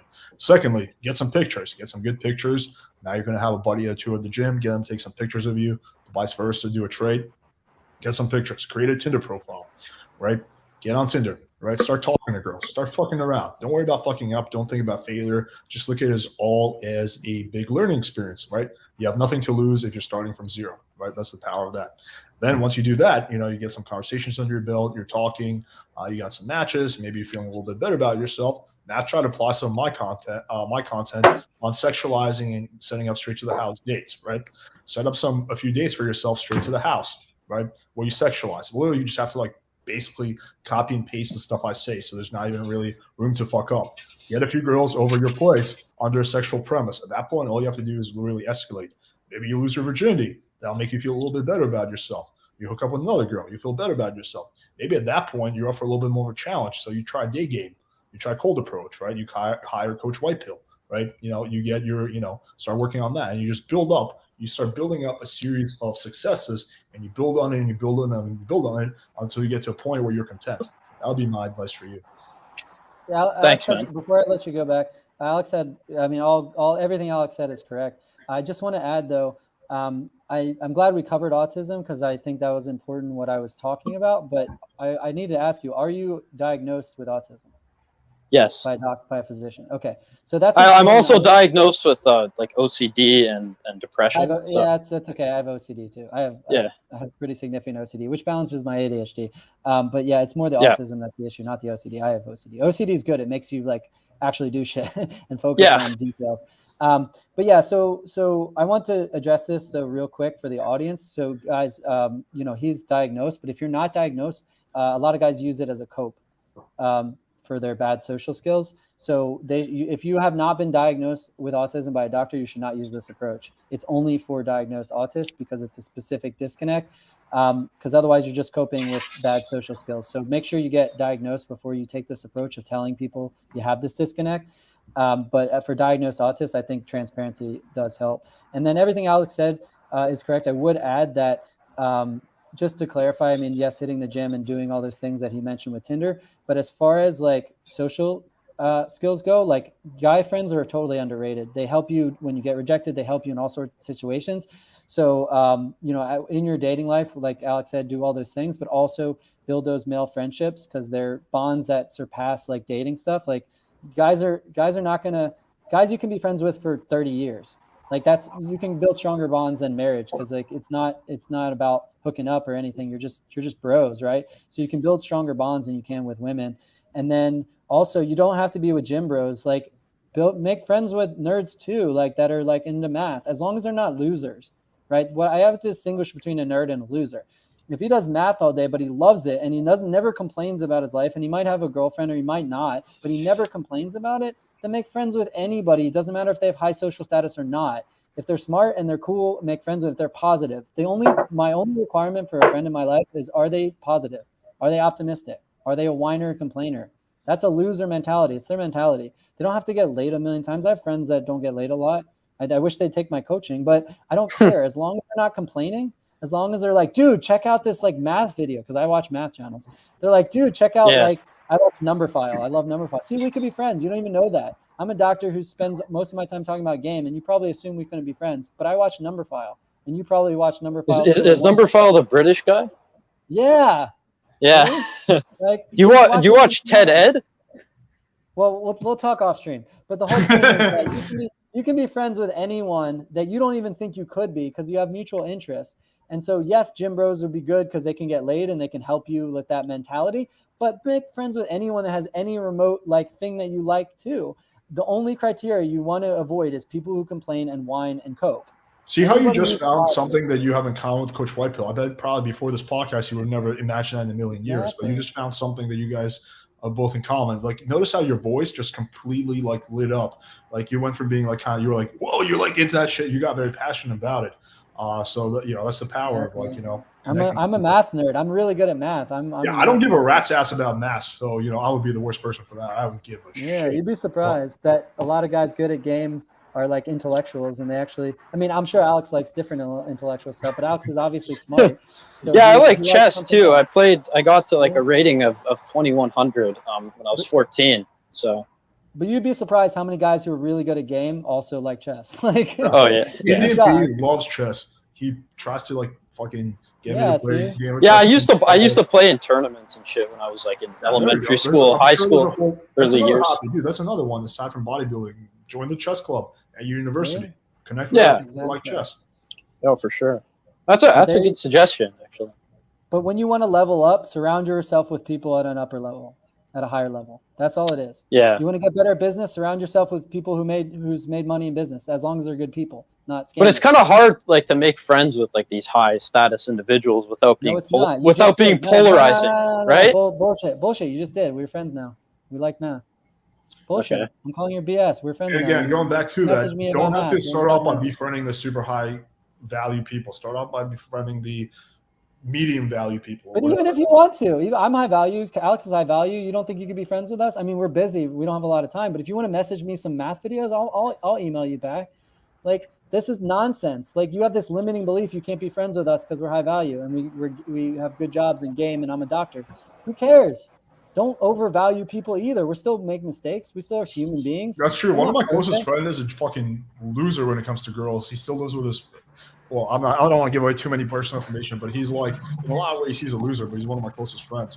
He's just a great guy. But does he complain? Does he bring you down? Does he complain all the time? No, he does not bring me down. No, he's very positive. Exactly. That's all you need. That's all you need in your life. I don't surround myself with anyone who's negative, unless I'm trying to coach them out of it. But outside of my students that sometimes are negative, I don't have any friends that are negative. I'm like, I don't talk to them. If you're negative, get away from me. I don't care if you're status or not. You could live in your mom's basement and like eat Doritos all day. As long as you're like, hey bro, what's up? How you doing, man? Like, what's your day like? Give me that positive energy and I'll give you my time. That's all it comes down to. They're like, yeah, did you watch the football game? Like, that was awesome. That touchdown was amazing, dude. Give me positive energy. I don't care what your status is. I don't give a shit. All right, I think we got it. Angry. Any final last words? Yeah, two last questions. I don't want to waste too much of your time, but no, it's been great. Great questions, man. Yeah, okay, cool. So the first one is is there a fundamental difference between gaming women and paying for women? Because I touched on this last time, and I guess aside from the ego boost, right, that is like associated with like getting a woman to sleep with you, right? Is there really any difference between just like purely like, I guess, paying for a pure transaction? I think there's a huge difference because one, aside from the ego boost, I think one, the woman who is paying you for money, yeah, she's never going to want to date you. If you game a girl, you know, yes, she will date you if you're a good person, you know, if she's available. Yes, prostitute, you could be for the best sure. person. You could be the best person ever. She won't date you. So that's the one thing. Yeah, so, I'm not comparing LTRs to like prostitution. I'm comparing like just one night stands and whatever. I guess cold approach, one night stands. Cold approach, one night stands can turn into this. Cold approach, one night stands can turn into LTRs, but hookers cannot turn into LTRs. So that is right off the bat. Okay. That's I the wanna first one. Second one, in terms of Sorry. STD risk, I mean, you're going to always have to wear a condom with a hooker. You know, with a girl you're seeing, there's a level of trust that's, you know, going to be a lot better. The sex is going to be way better with a girl who actually likes you than a prostitute. I disagree, but okay. Okay, how many? Let me ask you this question: how many prostitutes have you had sex with? No, zero. Okay. Genuine. I've had sex with 2 prostitutes. I've had sex with hundreds of hundreds of girls. This one's paid. I'm paying her money in Colombia. No, and I'm getting that Russian citizenship. she's in it for the For Russian. him to be Belarusian. She So wants the Belarusian he citizen. misled me. And then the second of all, I've had sex with hundreds of chicks, and I can tell you there's a very definitive difference between the sex that I had with the 2 prostitutes and the sex I had with the the regular chicks. And unless you fuck prostitutes and regular girls, I don't think you're in a position. No offense to disagree, because you don't have the experience. So you're going purely based off shit that you read online. So yeah, those are some of the differences off the top of my head. So is the sex better like with a random girl, non-prostitute, because she enjoys it more? Is that like the significant difference? Because she's actually into you and not for your money. She's not into you. The prostitute's into your money. This chick is actually sleeping with you because either she's attracted to you or whatever reason, but there's some level of attraction. Otherwise, she would not have sex with you. The prostitute does not need to be attracted to you at all. She does not need to be into the sex at all. So basically you're saying that partner selection is really like the essence of sex, right? Not the actual sex. What? Hold on. I think you're seeing what he's saying. So I have more recent experience, because I'm not in an open. I have more experience with prostitutes. No. More experience with the hookup side of it. Look at the hookup side of it, because Alex is in an open relationship, which is great, but you're not like hooking up with a different girl all the time, right? You're not going through the same process. No. You know what I mean. You're not out every night with a different girl. Sure, but I used to be, yeah, quite recently. Used to be. I'm saying I'm in the moment right now, whereas I'm traveling all the time. I'm locked down right now, which is different. But basically, for the reason that I'm traveling, I'm not able to establish longer term relationships, and I always develop a connection with the girl that I'm sleeping with. If I'm sleeping with her, like I don't like one night stands, so I'm sleeping with a little bit, longer. But I'm always trying to develop a human connection, because fundamentally, why do humans struggle? Why are humans depressed and lonely? It's lack of connection. So it's lacking a connection with guys. Post-industrialization, Yeah, but if I don't have my guy friends around, I feel down and depressed. Even if I'm getting laid, if I have guy friends, but I'm like locked down without women, I feel that lack of feminine energy. So it's like I like both, and it's the human connection. And if I were to pay for sex, which I never have, I would get zero human connection, because it's just about the zero human connection there. And if she's not desiring me, she's not going to behave the same in bed. She's not going to enjoy it as much, because she sees it as a transaction. She's just doing it for the money, right? And she might, because if I'm good in bed, it's just weird. It's different. It's not fun. And actually, like if I've had a hookup on Tinder and it was too easy, like it was just like she came over to my place and we hooked up, I don't enjoy it as much, because I don't feel like I've connected with her at all. So even a surface level connection that I do in one day or in one date feels more meaningful to me, even if I'm not in a long-term relationship. So I like dates where I go and hang out with the girl before we have sex, and I actually enjoy it more. I feel better. I feel more connected.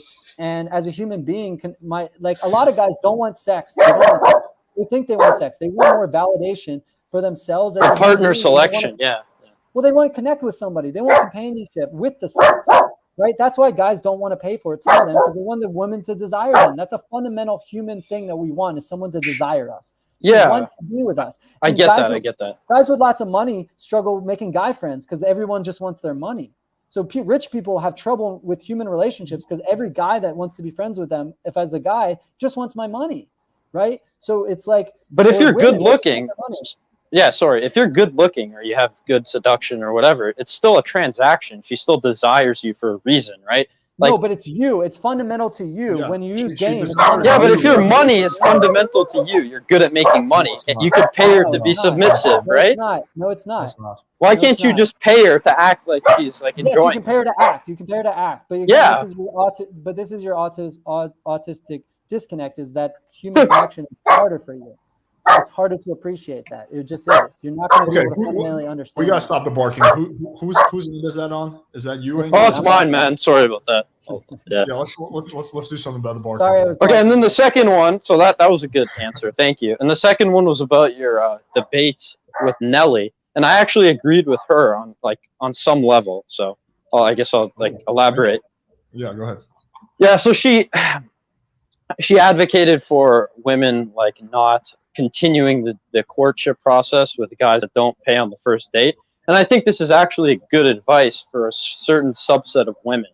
And the reason why is because I guess if you're like an above average woman, like a value, right, and several men desire you, right, it's kind of a good method of weeding out a lot of those men, right, that are not interested enough to make an investment.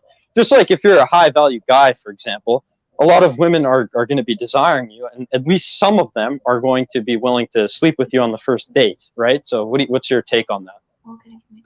Yeah, you can give your take, but let me speak first. So this is a pretty interesting point that you brought up. So yes, you do need to, if you're someone high value who has multiple suitors, you do need to weigh to filter. But yes. I would argue that she's filtering based on the wrong things.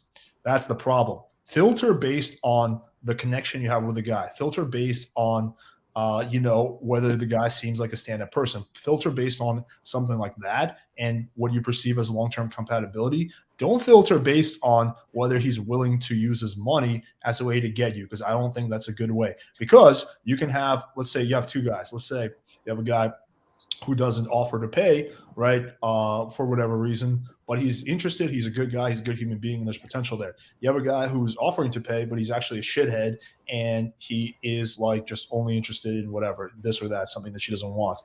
How is that good screening? Like, she just picked the wrong guy. So I don't see that. Sorry. I don't see that as an effective form of screening. I have no problem with girls screening. I just don't think this is a good screening strategy. That's the issue I had. I guess she chose that specific screening strategy because it requires a sacrifice. And I'm not sure what other screening strategy would you consider as a woman, for example? The sacrifice is relatively small, $30. Yeah, I guess. For example, for me, $30 is not even a sacrifice. To do today, I was at, and I'm not trying, again, I hate saying this because it makes me look like I'm some kind of No, you're good, yeah. But today I was at a parking garage, lost my ticket, probably was at the fucking bottom of my car. Rather than look, I just paid the lost parking fee, whatever, $20. I don't give a shit. So people who have means, which are the people I'm assuming she wants anyway, to them, $30, $40 is not even a sacrifice at all. So that dismisses that argument. To me, it's really, again, I'm fortunate enough at the point where I can pretty much afford anything in Miami. It has nothing to do with the money. It has more to do, and I've always said this, I offer to pay and I do pay. It has more to do with not me sacrificing, this girl saved me $30. It's like the gesture. This girl offered to pay. That means that she respects me and that she's not just a gold digger. I respect that very much, right? So again, I just don't see it as a sacrifice unless you're some broke motherfucker. So what alternative screening strategy would you recommend for women? Yeah. There's a few. I would say one, see how well of a connection you have with a guy. What's your gut feeling? Do you feel like you guys click? Do you guys feel like you have a lot in common? Is the guy looking for the same thing as you? Let's say you want a long-term relationship. This is strictly for LTR, right? Because who the fuck cares? Who pays on the first date if it's just a hookup, right? Obviously. It can be whatever. But let's say LTR. Yeah. Okay. Ask the guy what he's looking for. Is he actually looking for an LTR? Does it seem like he's serious when he says he's looking for an LTR? What kind of vibe do you bring from him? Is he, for example, someone who just talks nonstop, or does he ask you questions? Does he seem genuinely interested in your life and in your personality? Does he seem like he has options? Does he seem like he's a guy who actually has shit going for him in his life? Or does he seem like a loser? So there's many things that I would say that are way better to qualify a guy on and screen on rather than that. Yeah, that's a good point. Do you think like sex on the first date is a good screening strategy for guys? I would say yes, but Like whether a girl will fuck you on the first date? yes. I mean, long term. I typically For long term, because it sort of like solidifies that romantic aspect or prioritizes like the sexual aspect, which is what you want, right? Her and I didn't hook up until the second date. Like, Hey, your mom is here. So that like I would have been a fool to like disqualify her based on that. I mean, I generally like to hook up pretty quickly, but yeah, like I don't. It's not a first date or nothing type of thing. I think that's silly. I give it a few dates. Women do wait. Okay. If they want a long-term relationship, they do tend to wait. Yeah, sometimes there's a little bit of waiting. I don't think that's like a big deal. I don't know, but maybe if I was like Dan Bilzerian, I might have a different opinion on that. Okay. Yeah, thanks for clearing that up, man. Yeah, no problem, man. No problem. Anything else you want to add in before we call it? Just the John Anthony shit about like the exponential growth, and then telling guys like, oh yeah, you can get good in a few weeks with my boot camp, and game is like chess, but then you can get good in like a few weeks. I don't know. I think you really got to bring that up with John Anthony. Like, I don't want to speak for him because I don't know. Again, he's a good buddy of mine, but I don't want to like speak for him because we have different marketing strategies, we have different styles. So I like him. He's a buddy of mine, but I think that question has to be posed directly to him. Like I would feel like I'm doing both of you guys a disservice for trying to answer for him. Yeah. Do you think it's a legitimate question? No, I think it is a legitimate question. I'm just saying I don't think I'm the right person to answer it. That's all I'm saying. I do think it's a good question. I'm not knocking the question. I'm just I agree. I'll answer it from a math perspective. It's similar to randomness, where it's luck. Preparation meets opportunity. It's just a Veritasium video. I could tell you I get virgins laid the first week in my program, which is factual information. I do, but then I have other virgins that take much longer. So it's preparation meets opportunity. So it's luck. When it happens is luck. If it happens is how hard you work. I think he guarantees immediate results, though. Well, I'm not going to talk about what he does. I'm going to tell you what I do, and I would never, ever, in any field, guarantee results. I think that's nonsense in business. I think that's the biggest problem I have with advertising. When I see ads for dating, when I see ads for crypto, when I see ads for marketing, anyone who guarantees results in anything in life, run the F away as fast as you can. There's no such thing as a guaranteed result in anything in life. It's a risk-reward ratio. So yeah, there's no end time frame. If I say you can get this done in this amount of time, it's a lie. No one, maybe 50% get it done, but there's nothing in life that 100% of the people can get done guaranteed within a certain time frame, in my opinion. I don't think he actually guarantees, though. I think he says I'm getting guys good, but I don't think he says I guarantee that you will get results in 2 weeks. I don't think I've personally ever heard him say that. Yeah, it's just I've never heard him say it.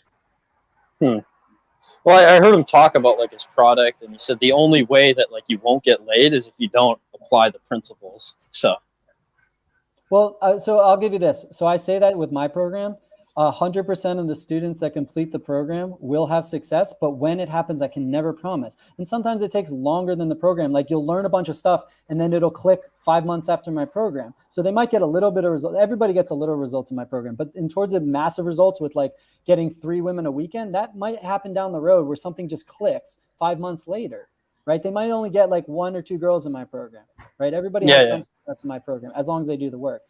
But they might be like, well, this guy got like 3 girls in a week and I want that. I'm like, dude, you got laid. Like, give it time. You have to go at your own pace and there's luck involved. So I never say that like every student is magically going to do great in my program. Every student that does the work has some success relative. But if they want to be this master guy with like 3 or 4 dates a week and sleeping with lots of women, that could be 6 months later after the program. Right? That just happens down the road when you naturally let things click, and there's certain circumstances. Where do you live matters, how you act matters, how often you matters, what job you have. So many factors involved for when, right? So it's like, I always say, if you finish the work and you give it a long enough time period and you keep at it, you're going to succeed as long as you have the right guide. But when it happens, I will never promise a guy when it'll happen. You ask me on the phone, should I join your program? When will I get your results? I will say I have no idea. I have no idea. It could be first week in the program, could be 3 months down the road, it could be 2 years from now. The guarantee you, if you do the work, you're going to get a little bit of success. But that big goal you want a girlfriend or whatever, it could take you 6 months, 8 months, but not of constant work necessarily, but putting in some effort over time and keeping at it. Maybe you get laid once, but you don't get a girlfriend, right? Let me so just I'm not going to promise you within like a week or whatever. Yeah. Let me just quickly address this bald troll. What? Like, I'm just not going to. The question is directed for JMO. How can I answer it? Like, I'm not him. Like, you ask me a question about my shit, I can answer it. I can give you my theories on what I think is going on. I'm probably biased because we're friends. He's a good buddy of mine. So I don't think I'm the best person to ask this. Like, this question should be posed to him. Yeah, I'm not knocking Angry for asking me the question. Nothing wrong with that. But like, yeah, like I am, I can't justify every single thing. I just think it's pretty obvious, like to a non-biased entity, that you're you seem more ethical than J-Mall. Thank you. I guess I don't know. He's a good guy. I will say this, but yeah, we are quite different people. Like, in a lot of ways, me and him are very different. We have different strategies, different approaches. We agree a lot when it comes to game and shit. We have a lot of overlap in our game structure, but that's pretty much. And we're both, like, I think, pretty good people in our own ways. But I think that's where the similarities end. Like, we're very different people. You can see that in the content on our channels. That's not to say that I'm better than him in any way. Just we're different, right? He has his style, I have mine, right? And we're able to find common ground and maintain a friendship. It's built on respect. But just going back to that, I personally have never heard that claim that I guarantee every person gets results. In fact, I believe I heard him in one of his videos say, obviously, there's no guarantees. There's no guarantees, but I can give you guys the highest probability plan to get you the results. I believe what I've heard him say, the highest probability chance of getting those results. And I have no reason to really doubt that. Again, if he was saying that I guarantee every person can get results in 2 weeks, I would find that problematic. If you can find a clip of him saying that, then, that's a discussion for another day. I just have never heard him say that. And so, I'm not going to, argue against something that he's never done, right? That just wouldn't make any sense. Okay. All right. Yeah, I'm pretty much out of questions. So I really appreciate your time. Thanks, guys. Yeah, we appreciate having you on, man. No, this was a good discussion, I think. Yeah, I actually sometimes enjoy these more than debates because there's so much to learn from asking questions, especially from two coaches. So debates are fun and entertaining, but I really enjoyed this discussion because I hope the audience learned a lot because Alex was spitting some fire, I was spitting some fire, and pun intended. Yeah, I know, right? Yeah. Well, yeah, no, I've watched a lot of like your content, Alex, and it's really good. You seem like a really good guy, and your advice is pretty legitimate from what I can tell. So I really appreciate it, man. And Coach Whitepill, I also appreciate your advice. So thank you both. I appreciate thanks for coming on, man. Thanks for giving our ideas a chance. And for sure. You seem like a good guy too. I really see no issue why you wouldn't find friends. Like, truly, like, you seem like a decent person. So all right, man. Like half of it, honestly. Game recognized game. So guys, I wouldn't be on here if I didn't think Alex was really good at what he does. I mean, I don't have a huge YouTube channel. I'm not here to clout chase. So it's like, I'm here because I believe that Alex is really good at what he does. And I think that's important to represent when you're partnering or doing a stream with someone.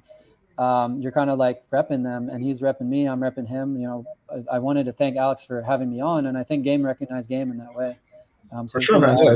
No, it was definitely glad to have you on. So Angry, I'm just gonna. You're good, right? We got it. Yeah, bro. Yeah, for sure. All right, have a good night. Have a good night, man. But yeah, we've gone for 3 hours. We gotta call it. I got my mom waiting. I got Natty waiting. I got my dog waiting. So Coach Whitepill, thank you for coming on, man. Truly appreciate it. And yes, game recognizes game, and it's good to have a chat with you finally because we've been kind of talking offline for a while. So if people want to follow you, support your work, inquire about coaching, what should they do? Yeah. So first, I want to thank you for having me on. I really appreciate what you do because you're not like just having on big creators like to interview. You're bringing on anybody who you believe knows what they're talking about. So I think it's awesome, all these interviews you're doing. And I really appreciate you having me here and the audience, participating and asking some really good questions. But if you guys want to follow me, I do have my YouTube channel, Coach Whitepill. we could give the link or just type it in. And I'm going to be doing streams. And then, a lot of stuff. I'm partnered with Kevin Ray Wilder, so check out him as well. And then you can go to my website. My actual name is Josh Reif. I can type it in REIF. JoshReif.com has all my links and everything. I don't know if I should put my real name out there, but I'm trying not to make enemies really. So hopefully it's fine to have it out there. I have nothing to hide. You can find my medical degree. You can find all the stuff about me. So JoshReif.com, because I couldn't get Coach Whitepill yet. But go there. It has a free guide to meeting women on social media, Instagram, Facebook. So you can sign up for that. And then my Whitepill podcast, check that out. All the links are on the website. So. And I just want to quickly add one more thing. I see a lot of guys in the comments kind of a little shitting on angry a little bit, but let's give him props. Like he came on, he was open, he heard us out, he didn't interrupt us, he wasn't rude, he was respectful, and he seemed like he was very open to our opinions. And I will 100% respect that all day, every day, because the vast majority of people who are in the Black Pill community, they won't do that. They won't do that. And so I have a lot of respect for doing that.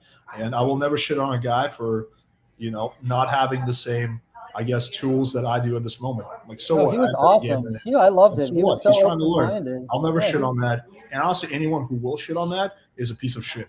Like, I'll just say it. So no, he was great. I loved him. He was so open-minded, willing to listen to what we had to say and gave his opinions and listen to ours. So I thought he was a great guest, honestly. Yeah. All right, guys. Thanks, everyone, for tuning in. We got another live stream. Well, tomorrow I'm going to be just live streams back to back. Tomorrow I'm going to be on. Alex is hustling, guys. Check him out. Trying to. I want to hit that 100K, man. I want to get my YouTube plaque. You're having some great interviews, man. I watch all of them because they're really all insightful. So yeah, keep it up. Yeah. All right, keep it down over there. Couch audience. So we got one at 21 Studios tomorrow. I'm doing 3 p.m. Then I got what's his name? Gabriel Gray, really legit guy. Does a lot of cold approach. We're going to be breaking down some infield. 1 p.m. my channel. Then we got we actually finally got him. Performance Potential, the big TikToker, pretty popular on TikTok. Gives a lot of really good dating advice. Yeah, so we got like a YouTube TikTok collab. I've been trying to get him on for a while actually. So he's coming on Wednesday. We got a lot of big people coming on. Again, my goal is never to just like, oh, what's the biggest person I can get on? It's who can I get on that will give value to my audience. And yeah, I'd be lying if I said like subs don't play a role in it. But if anything, this is kind of credence Coach Whitepill. For someone who doesn't have a lot of subs, if I choose to have them on, that means I respect their game probably even more. You know what I mean? And what they have to say. So I think that's important, worth mentioning. So the guys who are like a little bit smaller in terms of their YouTube following, if I have them on, then you know that there's probably even more respect for them. Yeah, you guys get what I'm saying. I appreciate that. I really appreciate that. Guys, make sure you like the video, sub to Alex, sub to my channel. Alex is hustling hard, so give him those likes, guys. Come on. Yeah, guys, help me feel good about myself. I appreciate you guys. No, it's for the YouTube algorithm. I know. He doesn't need it. But yeah, I appreciate you having me on, and I appreciate you guys in the comments participating. Except for the trolls, everybody else was really good. Except for I am Chad. I have mixed feelings about you. Yeah, I know. You're neither Chad nor are you. Well, anyway. All right, guys. Thank you for tuning in. And until next time.